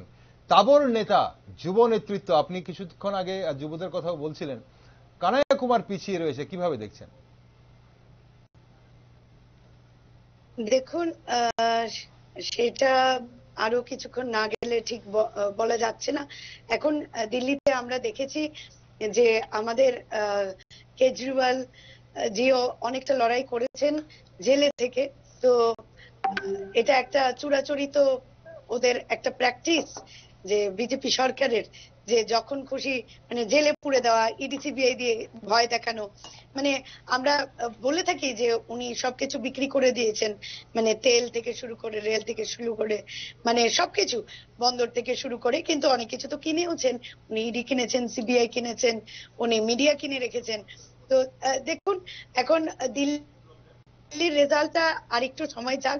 যাই হোক, আমরা কিছু দেখুন, একটা কথাই আজকে আমি যদি আপনি বলেন আমাকে স্পেশালি, আমি আজকে একটা কথাই বলবো, যে যারা নারা দিয়েছিল আপকি বার 400 পার, পৌঁছতে পারবে কিনা সন্দেহ আছে। ওরা 300 হয়তো ছুতেও পারবে, আবার নাও ছুতে পারবে, কিন্তু ওরা 300 পেলে তো আপনারা 295 পাবেন না। আপনি বার 300 পার, একটা জিনিস মানতে হবে যে যতই ইভিএম এ কারচুপি করুন আর যতই যা করুন, যতই নাটক করুন না কেন, কিন্তু আমাদের আমাদের যে মানুষেরা, জনগণ কিন্তু বুঝেছে। এবং ইউপিটা তার সবচেয়ে বড় প্রমাণ। যে উত্তরপ্রদেশকে ধরে উনি 2014-তে মসনদে গেছিলেন, আজকে সেই উত্তরপ্রদেশ কিন্তু সবচাইতে বড় প্রমাণ যে আমরা বুঝতে পারছি, আমরা ট্রেন্ড দেখে যেটা বুঝতে পারছি যে মোদির জনপ্রিয়তা বা এই যে মোদিজি যে প্রথম ট্রেন্ডের দিকে উনি পিছিয়ে ছিলেন, সেটাও কিন্তু কিছু না কিছু ডিনোট করে। সেটাও ডিনোট করে যে মানুষ মোদিকে আস্তে আস্তে মানুষ মোদিকে জানতে পেরেছে, মোদির সাথে পরিচিত হয়েছে, যে উনি শুধুমাত্র ধাপ্পাবাজি ছাড়া আর কিছু দিতে পারেন না। তবে হ্যাঁ, দেখুন আমাদের শূন্যটা ভারতবর্ষেরই একজন আবিষ্কার করেছে, তো শূন্য একটা বড় ফিগার। আমরা ভারতবর্ষ যদি এনডিএ জোট ক্ষমতায় আসে, আমরা শূন্যের দিকে যেতে চলেছি আরো একবার। আমি জানি না ভারতবর্ষের কি উন্নতি হবে, তবে একটা জিনিস জানি, 50 বছরের মতো ভারতবর্ষটা পিছিয়ে যাবে তার উন্নতি, এবার যদি এনডিএ জোট ক্ষমতায় আসে, এনডিএ জোট ক্ষমতায় আসে আর কি, এটা আমি বলতে চাইছি আপনাদের। এখন ট্রেন্ড দেখি কতদূর কি হয়, কারণ মধ্যপ্রদেশে আমরা দেখছি, তবে বিভিন্ন জায়গায় রাজস্থানেও আমরা দেখছি আমাদের ট্রেন্ড, পাঞ্জাবে দেখছি। তো এটা তো সময়ের অপেক্ষা, দেখা যাক কি হয়। ওকে, বলুন। আপনাকে অবশ্যই প্রশ্ন করবে আমাদের সঙ্গে যিনি রয়েছেন, বিশিষ্ট রাজনৈতিক বিশেষজ্ঞ অরিন্দম রায়। দিদি, আপনাকে একটা বলছি, মানে সামগ্রিকভাবে আপনারা ইন্ডিয়া অ্যালায়েন্স যেটা আপনারা তৈরি করলেন, কিন্তু প্রাদেশিক ক্ষেত্রে এখন অধীরবাবুকে লড়াই করতে হচ্ছে তৃণমূলের বিরুদ্ধে। সেখানে আপনার কেরালাতে লড়াই করতে হচ্ছে রাহুল গান্ধীকে আপনার এলডিএফ এর বিরুদ্ধে, পাঞ্জাবে লড়াই করছে কংগ্রেস ভার্সেস আপ। তো এই যে সিট অ্যাডজাস্টমেন্টটা করতে পারলেন না, সেটা কি একটা ব্যর্থতা নয়? যেটা আপনি সহজভাবে উত্তরটা আমি মনে হয় না আপনি দিতে পেরেছেন। আমাদের অ্যাঙ্কর সাহেব যেটা বলছিলেন যে এই জায়গায় একটু আপনাকে বলছি, না না দাদা, দেখুন যে এটা ব্যর্থতা একেবারেই নয়। যেই লড়াইটা যেই জায়গায়, আমি মানছি নেতাজি সুভাষচন্দ্র বসু বলেছিলেন যে শত্রু আমার বন্ধু। তো আজকে আমরা সেই জোটে, আমরা একটা জোট করেছি কেন? আমাদেরকে দেশকে বাঁচাতে হবে। এখন মমতা ব্যানার্জির সাথে পশ্চিমবঙ্গের লড়াইটা আমাদের বরাবরে, তো আমরা পশ্চিমবঙ্গে মমতা ব্যানার্জির সাথে লড়াই করছি। উনি ইন্ডিয়া জোটে অ্যালায়েন্সে আসবেন, সেটা ওনার ব্যাপার। উনি কিভাবে বলছেন, উনি বলছেন বাইরে থেকে সাপোর্ট করবেন, আলাদা ব্যাপার। কেজরিওয়ালজি আমাদের সাথে আছেন। দেখুন, যেখানে যেখানে আমরা আমাদের যেখানে যেখানে সামর্থ্য বা যেখানে যেখানে আমাদের লড়াই, আমরা সেই লড়াই জারি রেখেছি। আর বাকিটা এটা তো লোকাল বডিজ বা পঞ্চায়েত নির্বাচন নয়, এটা ভারতবর্ষ গড়ার লড়াই। আর সবচাইতে বড় কথা হলো লড়াইটা সংবিধান বাঁচানোর লড়াই। তো একটা যদি ওই আপকি বার 400 পারটা কেন করতে চাইছিল? কারণ কি, ওই যে ছোট্ট বই সংবিধান, এটাকে যাতে এলাহাবাদ মিউজিয়ামে পাঠানো যায়। তো এখন যদি সেই রকম সংখ্যাগরিষ্ঠতা না আসতে পারে, তাহলে এই স্বপ্নটা আমার মনে হয় মোদিজির পূর্ণ হবে না। পূজা দেবী, আপনার সঙ্গে অবশ্যই আগামী পর্বে যখন ভোটের রেজাল্ট যখন আস্তে আস্তে বের হতে শুরু করবে, আগামী পর্বে আরো একবার আপনার সঙ্গে আমরা যোগাযোগ করার চেষ্টা করব নিশ্চয়ই। তখন আপনার সঙ্গে আবারও কথা বলবো কি ট্রেন্ড আমরা দেখতে পাচ্ছি। আপাতত এই মুহূর্তে আমাদের সঙ্গে কথা বলার জন্য অসংখ্য ধন্যবাদ পূজা দেবী। দর্শক বন্ধুরা, আমরা অবশ্যই এই মুহূর্তে একটু চোখ রাখবো তেলিয়ামুড়া মহকুমার যে 3টে বিধানসভা কেন্দ্র রয়েছে, সেই 3টে বিধানসভা কেন্দ্রের গণনা কিন্তু শেষ হয়ে গেছে। তেলিয়ামুড়া মহকুমার গণনা শেষ। সেখানে তেলিয়ামুড়া, কৃষ্ণপুর বিধানসভা এবং কল্যাণপুর বিধানসভা, এই 3টে বিধানসভাতে কৃতি সিং দেববর্মা ভোট পেয়েছে 83,131টি এবং ওনার নিকটতম প্রতিদ্বন্দ্বী সিপিআইএম এর রাজেন্দ্র রিয়াং ভোট পেয়েছে 17,643। তেলিয়ামুড়া মহকুমায় 83,131টি ভোট পেয়েছে কৃতি সিং দেববর্মা বিজেপি প্রার্থী এবং সিপিআইএম প্রার্থী রাজেন্দ্র রিয়াং ভোট পেয়েছে 17,643। এই মুহূর্তে যা খবর আমাদের কাছে রয়েছে, পূর্ব ত্রিপুরা আসনে 4,15,309 ভোটে এগিয়ে রয়েছে কৃতি সিং দেববর্মা 4,15,309 ভোটে ওনার নিকটতম প্রতিদ্বন্দ্বী সিপিআইএম এর রাজেন্দ্র রিয়াং থেকে এগিয়ে রয়েছেন এবং পশ্চিম ত্রিপুরা আসনে বিপ্লব কুমার দেব বিজেপি প্রার্থী 5,09,350 ভোটে ওনার নিকটতম প্রতিদ্বন্দ্বী আশিস কুমার সাহা, জাতীয় কংগ্রেসের প্রার্থী আশিস কুমার সাহা থেকে এগিয়ে রয়েছেন। মনে হয় না, ওটা তো হয়েই গেছিল, একটু আগেই বলে দিয়েছি এটা। আর না, আপনি এই জাতীয় স্তরে কিছু নিয়ে কিছু বলছিলেন। না, জাতীয় স্তরে বলছিলাম, ভাবছিলাম ওনাকে জিজ্ঞেস করবো আজকে বিকেল বেলা। আমি একটু আগেই খবর পেলাম যে আজকে বিকেলবেলায় ইন্ডিয়া জোট বৈঠক ডেকেছে। কেন, কিসের ভিত্তিটা কি, ওদের কাছে কি তথ্য আছে? কারণ আমরা যা এই যেগুলি আমরা দেখাই ফ্ল্যাশ এগুলি থেকে অনেক বেশি তথ্য থাকে রাজনৈতিক দলগুলির কাছে, অনেক বেশি তথ্য এবং অনেক অথেন্টিক তথ্য থাকে। যেটা বলছিলেন যে ইয়েতে মানে সর্বভারতীয় ক্ষেত্রে এই এখনো যা ট্রেন্ড যা দেখা যাচ্ছে 292 বা 223 বা 224 বা 228 বা সব মিলে 250, যদি এরকমও বজায় থাকে এবং এনডিএ জোট মন্ত্রিসভা করেও, আচ্ছা, তাহলেও কিন্তু এই দেশের ডেমোক্রেসির ক্ষেত্রে একটা গুরুত্বপূর্ণ ভূমিকা থাকবে। আচ্ছা, কারণ খুব বলিষ্ঠ অপোজিশন যদি থাকে, শক্তিশালী অপোজিশন যদি থাকে, তাহলে দেখা গেছে ভারতবর্ষের চেহারা, প্রগতির দিকে চেহারাটা অনেক গুরুত্বপূর্ণ ভূমিকা নেয়। কেন বলছি এই কথাটা? 413-র উপরে সিট পেয়েছিলেন রাজীব গান্ধী, পেছনে একটা কারণ ছিল, ইন্দিরা হত্যা হয়েছিল। কিন্তু ওই টাইমটাতে, সেই সময় কিন্তু ভারতবর্ষের চেহারাটা এই পর্যায়ে ছিল না।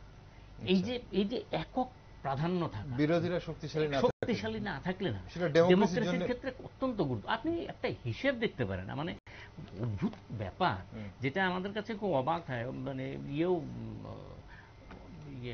আমাদের লয়ার রায়ও বলবে, হ্যাঁ, অন্যও বলবে, মানে ওটা অস্বীকার করবে না।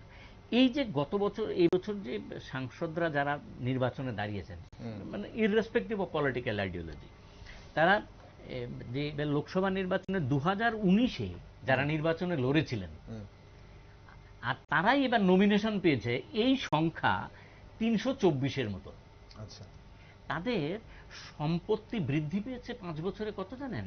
43%। আমার আর অরিন্দমের কত বেড়েছে? আমরা তো ভারতবর্ষের মানুষ, কত বেড়েছে দুজনে? আমরা তো খাচ্ছি বাজারে গেলে। এই যে বিষয়টা, এবং এদের ভেতরে একটা তথ্য বেরিয়েছে, অদ্ভুত ব্যাপার, যে এই সাংসদরা যারা থাকেন, এই সাংসদের ভেতরে সংসদ সদস্যরা তো আমাদের প্রতিনিধি হিসেবে যান, কতক্ষণ আমাদের প্রতিনিধি থাকবেন তার ঠিক নেই, পাল্টে যাচ্ছে তো গিয়ে গিয়ে। তো এই যে জায়গাটাতে গিয়ে শুধুমাত্র মানে ধরুন যারা ধরুন বিজেপির মতো যারা যথেষ্ট অত্যন্ত ক্যাডার বেসড দল, তাদের ক্ষেত্রে পালানো মুশকিল, কংগ্রেসের ক্ষেত্রে পালানো খুব একটা মুশকিল না, আবার বামপন্থীদের ক্ষেত্রে পালানো মুশকিল। এই যে বিষয়গুলি গিয়ে সংসদে গিয়ে কথা বলে না আমাদের জন্য, এরকম সংখ্যা নট লেস দেন 34%, বেশি হবে, যারা একটা শব্দ করেন, কিন্তু আপনার আমাদের পয়সায় ওই শিখ ভাতাগুলি নিয়ে আসছে। এর পরেও আজকে এই লোকসভা নির্বাচনের মাঝখানে দাঁড়িয়ে আমরা তো ওদের নিয়ে আলোচনা করছি। যে কেন করছি? যে দেশটা যাতে সঠিক দিশায় চলে, মানুষের জন্য চলে। মানুষ চায় এটা।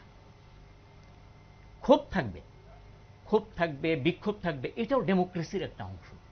কিন্তু সবটার ভেতরে পলিটিসাইজ করে দেওয়াটা, এটা কিন্তু এই পলিটিক্সের একটা পলিট্রিক্স, বুঝলেন তো?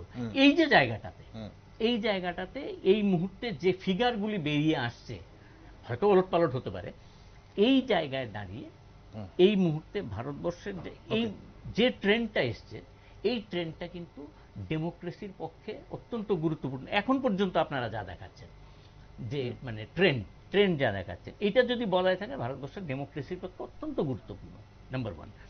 নাম্বার 2, আমাদের যারা আমরা ইয়ে করি, মানে রেজাল্টের আগে কথা বলি। ওকে, আমি আসবো মণিবাবু। পূজা দেবী রয়েছেন এই মুহূর্তে আমাদের সঙ্গে। আপনি কি প্রশ্ন করবেন বলেছিলেন, সেই প্রশ্নে অবশ্যই আসবো, কিন্তু তার আগে পূজা দেবী শুনতে পাচ্ছেন আপনি আমাকে?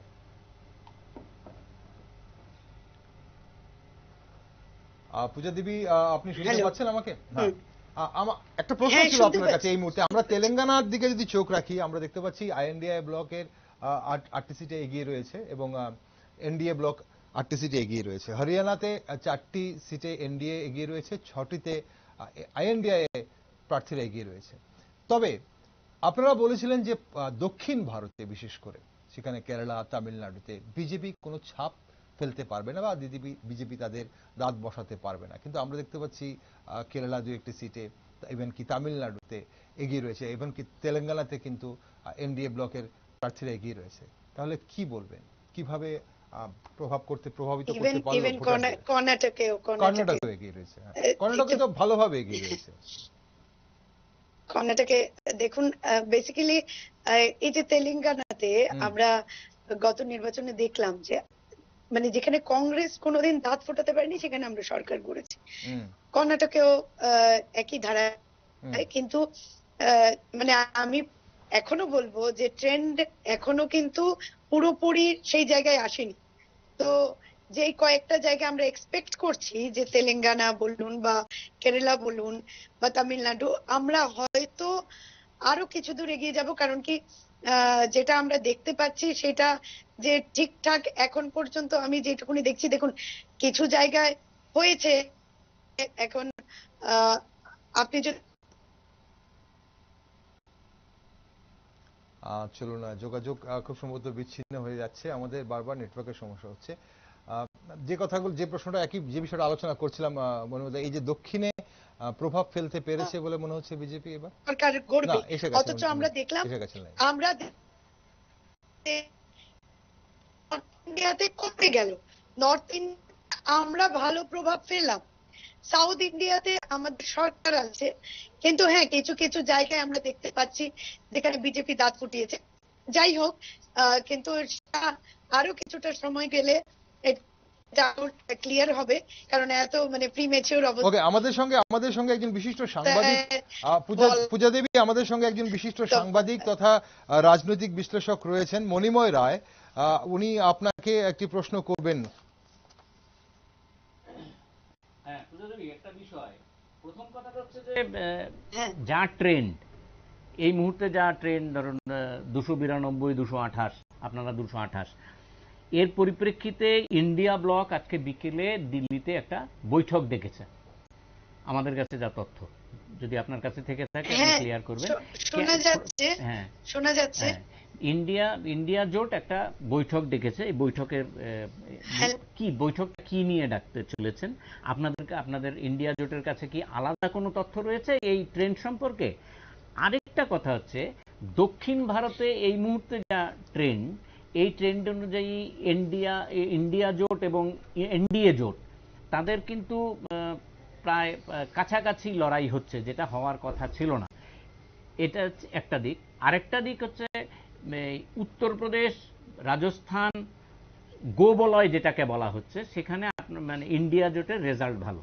আপনারা কি মনে করছেন যে ইন্ডিয়া জোটের ভেতরে যে সিট অ্যাডজাস্টমেন্ট, ইন্ডিয়া জোটটাকে আমি জোট না বলে যদি একটা মঞ্চ বলি সেটা বোধহয় বেটার হবে, এখানে সিট অ্যাডজাস্টমেন্ট না হওয়াটা সেটা কি একটা গুরুত্বপূর্ণ ভূমিকা নিল এই ইলেকশনে? আর যদি এই ট্রেন্ড বজায় থাকে, যদি 292 বা 290 এইসব নিয়ে এনডিএ তৃতীয়বারের জন্য ক্ষমতায় আসেন এবং আপনারা যদি 228, 230-এ আটকে থাকেন, এতে কি আপনারা মনে করছেন যে এই দেশের ডেমোক্রেসির পক্ষে একটা গুরুত্বপূর্ণ ভূমিকা নিতে পারে?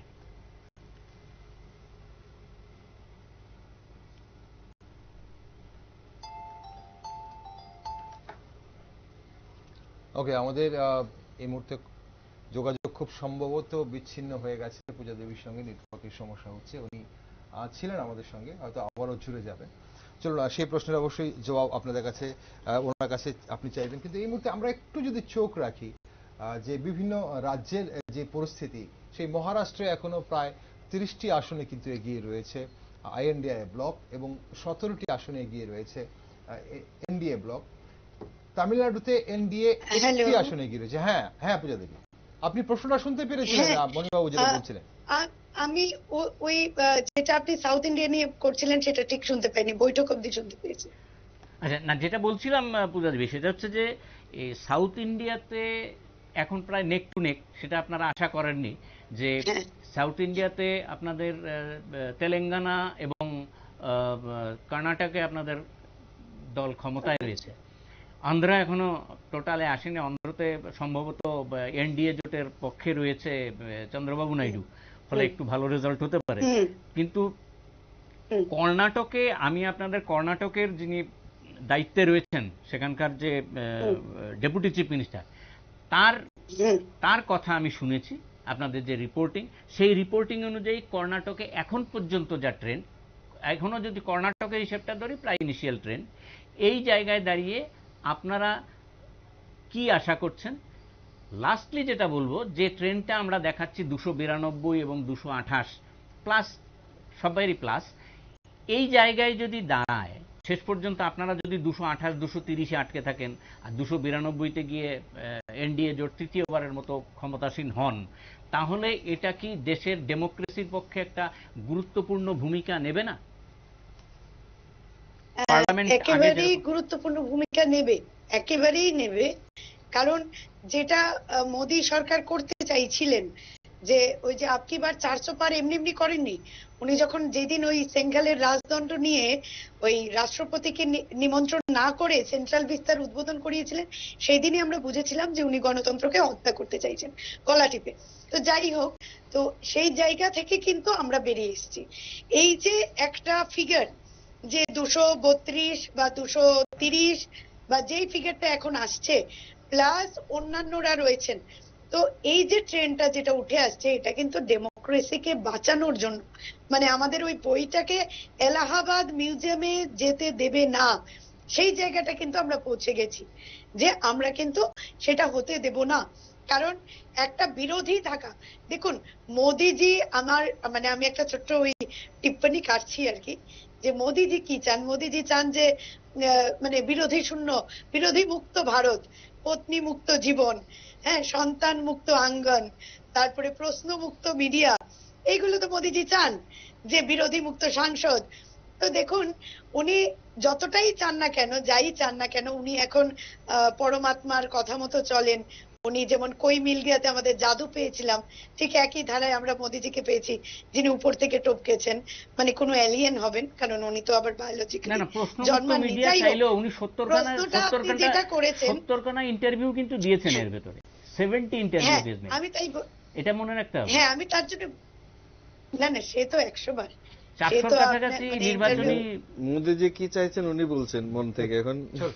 আমরা, হ্যাঁ বলুন বলুন পূজা দেবী বলুন, শুনে নি আমরা। হ্যাঁ, তো আমার বক্তব্য হলো, উনি কি চাইলেন বা উনি যেদিকে নিয়ে যেতে চাইছিলেন যে এক নায়কতন্ত্র, তো আমরা কিন্তু সেটাকে আটকে দিতে পেরেছি, সফল হয়েছি। এবং আপনি যেটা বলেছেন যে শুধু ইন্ডিয়া জোট একটা প্ল্যাটফর্ম নয়, কংগ্রেসটাও একটা প্ল্যাটফর্ম, সেটা আমি নই, ও গান্ধীজি বলে গেছিলেন। যাই হোক, তো এখন এই ইন্ডিয়া জোট একটা প্ল্যাটফর্ম, একটা মঞ্চ হয়ে আমরা কি চাইছি? আমরা শুধু গণতন্ত্রটাকে বাঁচাতে চাইছি, এবং আমাদের ট্রেন্ড কিন্তু সেদিকে যাচ্ছে।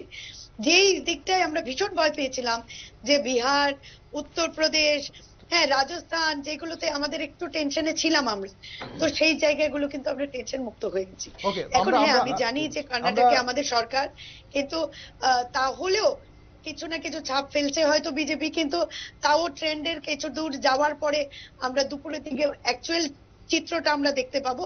কিন্তু এটা ভীষণ সৌভাগ্যের যে মোদিজি কিন্তু 300 অবধি পৌঁছতে পারবেন কিনা সেটা এখন ট্রেন্ড। পূজা দেবী, অরিন্দম বাবু আপনাকে আরো একটা প্রশ্ন করবে, কিন্তু তার আগে একটা আমি দর্শক বন্ধুদের জানি যে দর্শক বন্ধুরা, উড়িষ্যা থেকে যে ট্রেন্ড আসছে, 21টি সিটে কিন্তু এনডিএ জোট এগিয়ে রয়েছে। বিজেপি যদি সবচেয়ে বেশি গেইন করে থাকে, যা মনে হচ্ছে এই মুহূর্তে ট্রেন্ডে, তা বোঝা যাচ্ছে এই মুহূর্তে যে উড়িষ্যা থেকে সবচেয়ে বেশি গেইন করছে বিজেপি। অরিন্দম বাবু, পূজা দেবী আপনাকে প্রশ্ন করছেন। অরিন্দম বাবু, বিজেডি আর বিজেপি, বিজেপি এনডিএ, বিজেডি দুটো সিটে এগিয়ে রয়েছে। বিজেডি। চলো অরিন্দম বাবু। হ্যাঁ দিদি, শুনতে পাচ্ছেন? হ্যাঁ, শুনতে পাচ্ছি। বলছিলাম কি, মানে আপনাদের যে একটা সুচারু একটা কৌশল, এটাতে আপনারা সাকসেসফুল। মানে আমি আইএনসি কে বলছি, কংগ্রেস দলকে বলছি, ধরুন একটা ইন্ডিয়া অ্যালায়েন্স মঞ্চ করে হ্যাঁ, সেটা স্বাভাবিক রাজনীতিতে, এটাকে আমি সাধুবাদ দেই। এরকম একটা মঞ্চ করে কিন্তু ফাইনালি যে লাভটা হলো, যে জিনিসটা আপনারা কুড়িয়ে নিলেন, মানে সবাইকে একসাথে রেখে আমার লাভটা যেটা হলো সেটা হচ্ছে কংগ্রেসের সিট কিন্তু দেখা যাচ্ছে যেভাবে ট্রেন্ড দেখা যাচ্ছে সেটা অনেকটা হলো। তো এটা একটা আপনাদের পলিটিক্যালি সার্থকতা। হ্যাঁ, কারণ অন্যদের আপনারা সেরকম, সেটাই পলিটিক্স। হ্যাঁ, ওটাতে আপনারা কিছুটা সার্থক হয়েছেন অবশ্যই। আমার মনে হয় ধরুন সিট অ্যাডজাস্টমেন্ট যাই বলি আমি, সেসব করে ফাইনালি কিন্তু আপনাদের যে আইএনসি কিছুটা কিন্তু এগিয়ে গেল। চলুন, কি মনে করেন এই বিষয়ে? কিন্তু কিন্তু কিন্তু আপনি এই জিনিসটা দেখছেন, তবে একটা জিনিস আপনি যেটা মিস করে গেছেন সেটা হলো এই যে কংগ্রেস যে এই যে সার্থকতাটা কিন্তু শুধুমাত্র ওই একটা ইন্ডিয়া জোটের মঞ্চ করে পায়নি। এই সার্থকতাটা কিন্তু কন্যাকুমারী থেকে কাশ্মীর হেঁটে পেয়েছে। কারণ ওই যাত্রাটাতে তো আমিও ছিলাম, 4081 কিলোমিটার হাঁটাটা যে কতটা কঠিন ছিল সেটা দেখেছি।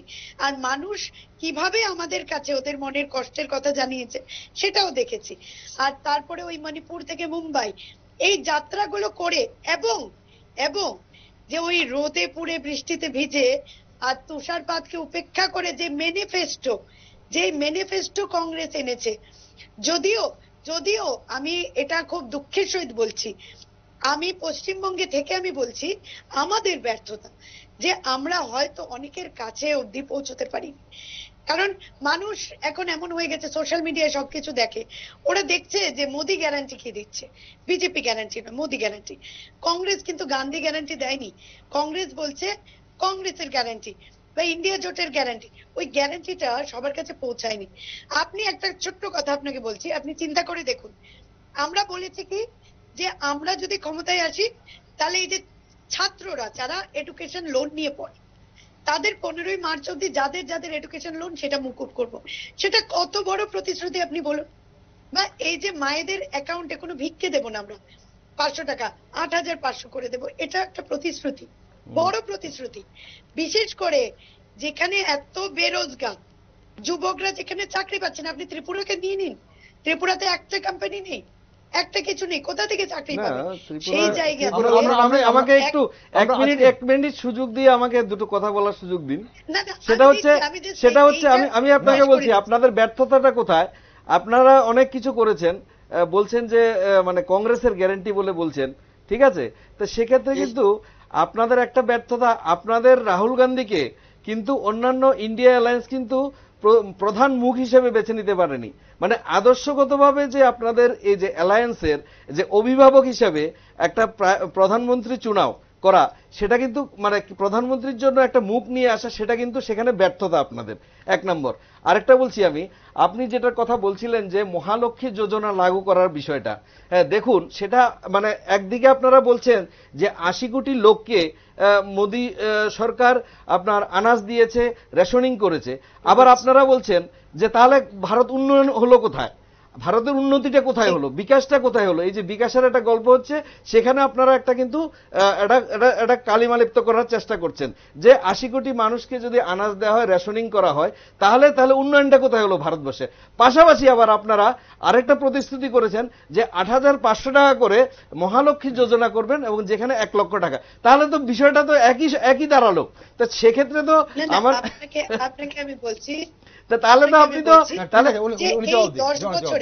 এই 10 বছরে মোদি যেইভাবে আমাদের ভারতবর্ষকে পিছিয়ে দিয়েছে, হ্যাঁ, আপনি আমাকে বলুন যে 2 কোটি যুবকের চাকরি হয়নি, সেটা না, শুধু আপনি বলুন কত চাকরি গেছে এই 10 বছরে, কত মানুষের চাকরি গেছে সেটা একবার বলুন। আর করোনা কালে কতজনকে ভ্যাকসিন দিয়েছে, করোনা কালে কতজনকে ভ্যাকসিন দিয়েছে, জীবনদান করেছে বিনা পয়সা। ভার্চুয়ালি ভাবে হয় না। এক মিনিট পূজা দেবী, এক মিনিট আমরা এই বিষয় নয়, আমরা একটু আজ ভোটের কাউন্টিং চলছে, আমরা ইতিহাস বেশি একটা ঘেটে লাভ নেই। আজ আগামী দিনে কি হতে চলেছে এবং আজ কি হতে চলেছে আমরা সেটা একটু দেখি। পূজা দেবী, এই মুহূর্তে যদি আমরা উড়িষ্যা এবং অন্ধ্রপ্রদেশের দিকে একটু চোখ রাখি, উড়িষ্যায় 21টি সিটের মধ্যে 18টি সিটে এগিয়ে রয়েছে বিজেপি, 1টিতে ইন্ডিয়া ব্লক এবং 2টিতে বিজেডি, এবং অন্ধ্রপ্রদেশে 21টি সিটে এগিয়ে রয়েছে বিজেপি এবং 4টিতে এগিয়ে রয়েছে অন্যান্যরা। সেখানে আপনাদের কি মতামত? এই দুটো রাজ্যে বিজেপি এত প্রভাব ফেললো কিভাবে, যেখানে আপনারা কোনো প্রভাব ফেলতে পারেননি? দেখুন, আমরা চেষ্টা করেছিলাম, আমরা ভেবেছিলাম যে অন্ধ্রতে এইবার হয়তো আমাদের একটু ভালো রেজাল্ট হবে বা কিছু, যাই হোক আমরা এখন অব্দি যা ট্রেন্ড দেখছি তাতে আমরা মানে আশানুরূপ ফল আমাদের হয়নি, সেটা ঠিকই। আর ওড়িশাতেও আমরা দেখলাম টু সাম এক্সটেন্ট যে বিজেপি ভালো করছে বা বিজেপির ট্রেন্ডটা একটু আগের দিকে চলছে। কিন্তু যাই হোক, আমরা যেই জায়গাগুলো, আমি বারংবার আপনাকে বলছি, যেগুলো আমরা এক্সপেক্ট করিনি আমরা সেইগুলোতে কিন্তু ভালো রেজাল্ট করছি। আর এই আন্ধ্রা, দেখুন আন্ধ্রা থেকেও বিশেষ করে আমি বলবো, হ্যাঁ ওড়িশাটা নিয়ে আমরা ভেবেছিলাম যে ওড়িশাতে আমরা ভালো রেজাল্ট করব। সেই জায়গাতে এখনো দেখি, এখনো তো পুরোটা ডিসাইড হয়নি, তো দেখা যাক কি হবে। আমি প্রথম থেকে এত গ্যারান্টি দিয়ে কিছু বলবো না, তবে আশা করছি যে পরবর্তী সময়ে বোধহয় আরো কিছু ফলাফল আরো বদল হতে পারে। এই মুহূর্তে 297, এই মুহূর্তে এনডিএ ব্লক 297, ইন্ডিয়া ব্লক 224 এবং অন্যান্যরা 22, এই মুহূর্তে যা ট্রেন্ড। এবং পাশাপাশি আমি যদি পশ্চিমবঙ্গের দিকে চোখ রাখি, তৃণমূল কংগ্রেস 32, বিজেপি 9 এবং কংগ্রেস 1টি সিটে এগিয়ে রয়েছে। কংগ্রেস পশ্চিমবঙ্গে কি, কংগ্রেসকে নিয়ে আপনারা আরেকটু বেশি আশা করেননি? কংগ্রেস কিন্তু, আমি একটু আগে একটা লিংক দেখলাম, সেই লিংকটাতে আমি ইশাখা চৌধুরীকে দেখছিলাম যে উনি 500 সামথিং ভোটে এগিয়ে আছেন। আচ্ছা, উনি প্রথম 33 ভোটে ছিলেন, এখন 500 সামথিং ভোটে এগিয়েছেন। তাহলে আপনি বলছেন দুটো সিটে তো কংগ্রেসের দুটো সিট কিন্তু আমরা, দেখুন আমরা বরাবরই বলেছি যে দক্ষিণ মালদা আর বহরমপুর আমাদের নিশ্চিত। জঙ্গিপুরে আমরা যদি হারিও 10,000 ভোটে এদিক সেদিক হবে জঙ্গিপুর। তো জঙ্গিপুরটা আমাদের প্রথম ট্রেন্ডে দেখাচ্ছিল যে জঙ্গিপুরে আমরা এগিয়ে, তো এখন আমি ঠিক জানি না, কারণ আমি কোথাও সেটা দেখতে পাচ্ছি না। আপনি একজন নারী, স্মৃতি ইরানি কেন্দ্রীয় মন্ত্রী, উনিও একজন নারী, 45,905 ভোটে এই মুহূর্তে পিছিয়ে রয়েছেন আমেথি থেকে। দেখুন ওনার মানে কি বলবো আমি, ওনার ভীষণ ব্যাড লাক। উনি ভেবেছিলেন উনি রাহুল গান্ধীর বিরুদ্ধে দাঁড়াবেন, ওনার বিশাল একটা পাবলিসিটি হবে, কিন্তু কংগ্রেস মানে বিজেপি ডিক্লেয়ার দিয়েছেন ওনাকে আগে, কিন্তু কংগ্রেস কিছুদিন পরে ডিক্লেয়ার করাতে উনি যেটা আশাবাদী হয়েছিলেন যে রাহুল গান্ধীর এগেনস্টে আমি অনেক কিছু করব, মিডিয়া খালি আমাকেই দেখাবে, সেটা উনার হয়নি। এবং অ্যাজ এ রেজাল্ট, আর যিনি ওখান থেকে আমাদের প্রার্থী, কংগ্রেসের প্রার্থী, উনি গান্ধী পরিবারের ছায়া সঙ্গী, উনি ওখান থেকে জিতবেন সেটা আমরা কংগ্রেস প্রথম দিন থেকে জানতাম। তো যার জন্য আমাদের কোনো সেটা নিয়ে মাথা ব্যথাই ছিল না। স্মৃতি ইরানি যে হারবেন সেটা আমরা জানি, আগের বার উনি ভুলবশত, ওখানকার মানুষ চাননি যে স্মৃতি ইরানি জিতুক, কিন্তু যাই হোক কিছুটা মার্জিনে, সেটা ইভিএম এর জন্য হোক বা জনগণের জন্য হোক, কিন্তু যদি জনগণের জন্য হয়ে থাকে তাহলে জনগণ এটা বুঝে গেছে যে স্মৃতি ইরানি জিকে জিতিয়ে ওনারা ঠিক কতটা ভুল করেছেন। তো এটা ট্রেন্ড কেন, এটা আমরা কংগ্রেস বরাবর এটা জানতাম। ওকে পূজা দেবী, একটা শেষ প্রশ্ন আপনার কাছে এই মুহূর্তে। একটা কথা ন্যারেটিভ রয়েছে যে যখন থেকে জাতীয় কংগ্রেস এবং সিপিআইএম বা বামফ্রন্ট, সেটা পশ্চিমবঙ্গে হোক বা ত্রিপুরায় হোক, যখন পাশাপাশি এসছে, তাদের আদর্শের বিপরীতে গিয়ে পাশাপাশি এসছে, তখন দেখা গেছে যে যখনই ভোট হয়েছে তখন বামপন্থী সমর্থকরা কংগ্রেসকে ভোট দিয়েছেন, কিন্তু কংগ্রেসের সমর্থকরা বামফ্রন্টকে ভোট দেয় না। এবারও ঠিক একই রকম চিত্র কি পশ্চিমবঙ্গে ধরা পড়ছে, এবং ত্রিপুরা রাজ্যেও কি সেই একই রকম চিত্র ধরা পড়তে পারে বলে আপনি মনে করছেন? কারণ পশ্চিমবঙ্গে বামফ্রন্টের খুব বেশি ভোট শেয়ার আসছে বলে মনে হচ্ছে না, যেখানে কংগ্রেস হয়তোবা সিট পেতে পারে। দেখুন আগেরবার ত্রিপুরার নির্বাচনে তার আগে আরেকটু ব্রেকিং আপনাকে, পূজা দেবী আপনাকে থামিয়ে আমি আরেকটা ব্রেকিং আপনাকে দর্শক বন্ধুদের সঙ্গে দিতে চাইবো। এই মুহূর্তে এনডিএ কিন্তু 272-এর নিচে সিটে এগিয়ে আছে, 271টি সিটে লিড দেখাচ্ছে এনডিএ কে, এবং ইন্ডিয়া মঞ্চকে 250টি আসনে লিড দেখানো হচ্ছে। এই মুহূর্তে দেশের যে পুরো সার্বিক আমরা যদি চিত্র দেখি, 272 ম্যাজিক ফিগার মেজরিটির জন্য, সেখানে এনডিএ 271টি সিটে এগিয়ে আছে এবং ইন্ডিয়া মঞ্চ 250টি সিটে এগিয়ে আছে, অন্যান্যরা 22টি সিটে এগিয়ে আছে। পূজা দেবী, 272 ছিল। তো সেটা দেখা যাক, যত দিন যাবে তত ট্রেন্ড বদলাবে। এবং আমরা তো আশাবাদী, আমাদের খার্গেজি বলে দিয়েছেন 295+, এবং আমরা কিন্তু গ্রাউন্ড রিয়েলিটি থেকেই এই আন্দাজাটা করেছি।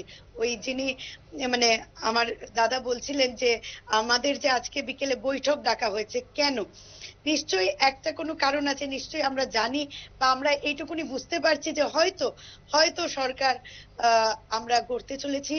যাই হোক, সেটা তো পরবর্তী সময়ে ট্রেন্ড কথা বলবে বা রেজাল্ট যেটা আউটকাম হবে সেটা নিয়ে আমরা নিশ্চয়ই পরবর্তী সময়ে আলোচনায় বসবো।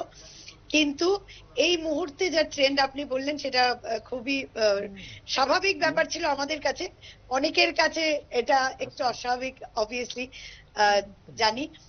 তো আমরা যেটা বলছিলাম যে দেখুন, আপনি এই সিপিএম কংগ্রেসের কথা বললেন, আপনি আগের নির্বাচনটা একটু যদি আমরা খাতিয়ে দেখি, ত্রিপুরাতে কিন্তু ভীষণ কম মার্জিনে কিন্তু অনেক ক্যান্ডিডেটরা, অনেক প্রার্থীরা হেরেছিলেন। কোথাও দেখেছি আমরা কংগ্রেসের ক্যান্ডিডেট 86 ভোটে হেরেছে, এরকমও হয়েছে, রাইট? তো তার মানে সিপিএম ভোট দিয়েছে, কংগ্রেস ভোট দিয়েছে, এমন নয় যে কংগ্রেস ভোট দেয়নি। তো কারণ এইটা আমরা একেবারেই দেখুন, আমি আপনাকে প্রথমে বলছি, এই যে 2016 সালে যখন প্রথম পশ্চিমবঙ্গে জোট হলো, অনেকে একদম লাস্ট মোমেন্টে জোট হয়েছে, যারা একদম গ্রাউন্ড লেভেলের সাথে অনেকে মানতে নারাজ ছিলেন, অনেকের মানতে অসুবিধা হয়েছে। কিন্তু যত দিন গেছে, যত মোদির উপদ্রব বলুন বা যত ওই আমাদের একের পর এক ওই খাবারের সবকিছুতে ট্যাক্স থেকে শুরু করে, আমাদের এই করোনা পরিস্থিতি থেকে শুরু করে, নোটবন্দি থেকে শুরু করে, একের পর এক আমরা দেখেছি। তো এইগুলোর জন্য কিন্তু মানুষের জোটটা বেঁধেছে। এটা কিন্তু খালি সিপিএম কংগ্রেসের জোট নয়, এটা মানুষের জোট। আমরা বলছি যে মানুষের জোটটা কেন, যে আমাদের দেশটাকে, আমাদের রাজ্যটাকে বাঁচাতে হবে এই স্বৈরতান্ত্রিক শাসন থেকে, এবং তার জন্যই কিন্তু এই জোট। দেখুন, হতে পারে আপনি বলছেন যে অনেক সময় আমাদের মনে হয় যে আমরা কেন এই বলে ভোট দেবো, কিন্তু এখন কিন্তু তা নয়। এখন কংগ্রেস ও সিপিএম কে ভোট দিচ্ছে, সিপিএম ও কংগ্রেসকে ভোট দিচ্ছে। ওকে, পূজা দেবী, আমরা অবশ্যই আপনার এই কথাতে আমরা আলোচনা অবশ্যই আরো থাকতে পারতাম, কিন্তু এই মুহূর্তে একটা ছোট্ট বিরতি নিতে হবে আমাদের। কিন্তু আপনি সঙ্গে থাকুন আমাদের। কিন্তু তার আগে দর্শক বন্ধুদের আরো একবার জানিয়ে দিই, এই মুহূর্তে কিন্তু ম্যাজিক ফিগার, যেটা মেজরিটি 272, সরকার গড়তে হলে 272টি সিট চাই, সেই ফিগার থেকে কিন্তু এনডিএ জোট, শুধু বিজেপি নয়, এনডিএ জোট কিন্তু সেই ফিগার থেকে প্রথমবারের মতো নিচে নেমে এসছে। 2070টি সিট, আর 270টি, মাফ করবেন, 270টি সিটে কিন্তু এই মুহূর্তে এগিয়ে রয়েছে এনডিএ জোট, 251টি আসনে এগিয়ে রয়েছে আইএনডিআই মঞ্চ, এবং 22টি সিট কিন্তু অন্যান্যদের দখলে রয়েছে এই মুহূর্তে যা দেখা যাচ্ছে। এবং আরো বিস্তারিত খবর অবশ্যই আপনাদের সামনে আমরা তুলে ধরবো। এই মুহূর্তে ছোট্ট একটা বিরতি নেব, কিন্তু তার আগে জানিয়ে দিই, 4,15,309 ভোটে পূর্ব ত্রিপুরা আসন থেকে বিজেপি প্রার্থী কীর্তি সিং দেববর্মা এগিয়ে রয়েছেন, এবং পশ্চিম ত্রিপুরা আসন থেকে এগিয়ে রয়েছেন বিপ্লব কুমার দেব, বিজেপি প্রার্থী 5,09,350 ভোটে, প্রায় 10,000-এর বেশি ভোটে এগিয়ে রয়েছেন রামনগর বিধানসভার উপনির্বাচনের বিজেপি প্রার্থী দীপক মজুমদার, এবং সেখানে পিছিয়ে রয়েছেন সিপিআইএম প্রার্থী রতন দাস। আমরা একটা ছোট্ট বিরতি নেব, চোখ রাখছি আজ লোকসভা নির্বাচনের গণনার দিকে। এখনো কিন্তু খুব বেশি গণনা হয়নি, এখনো কিন্তু সম্পূর্ণ ট্রেন্ড বেরিয়ে আসেনি, এখনো কিন্তু মাঝ পথে নেই আমরা।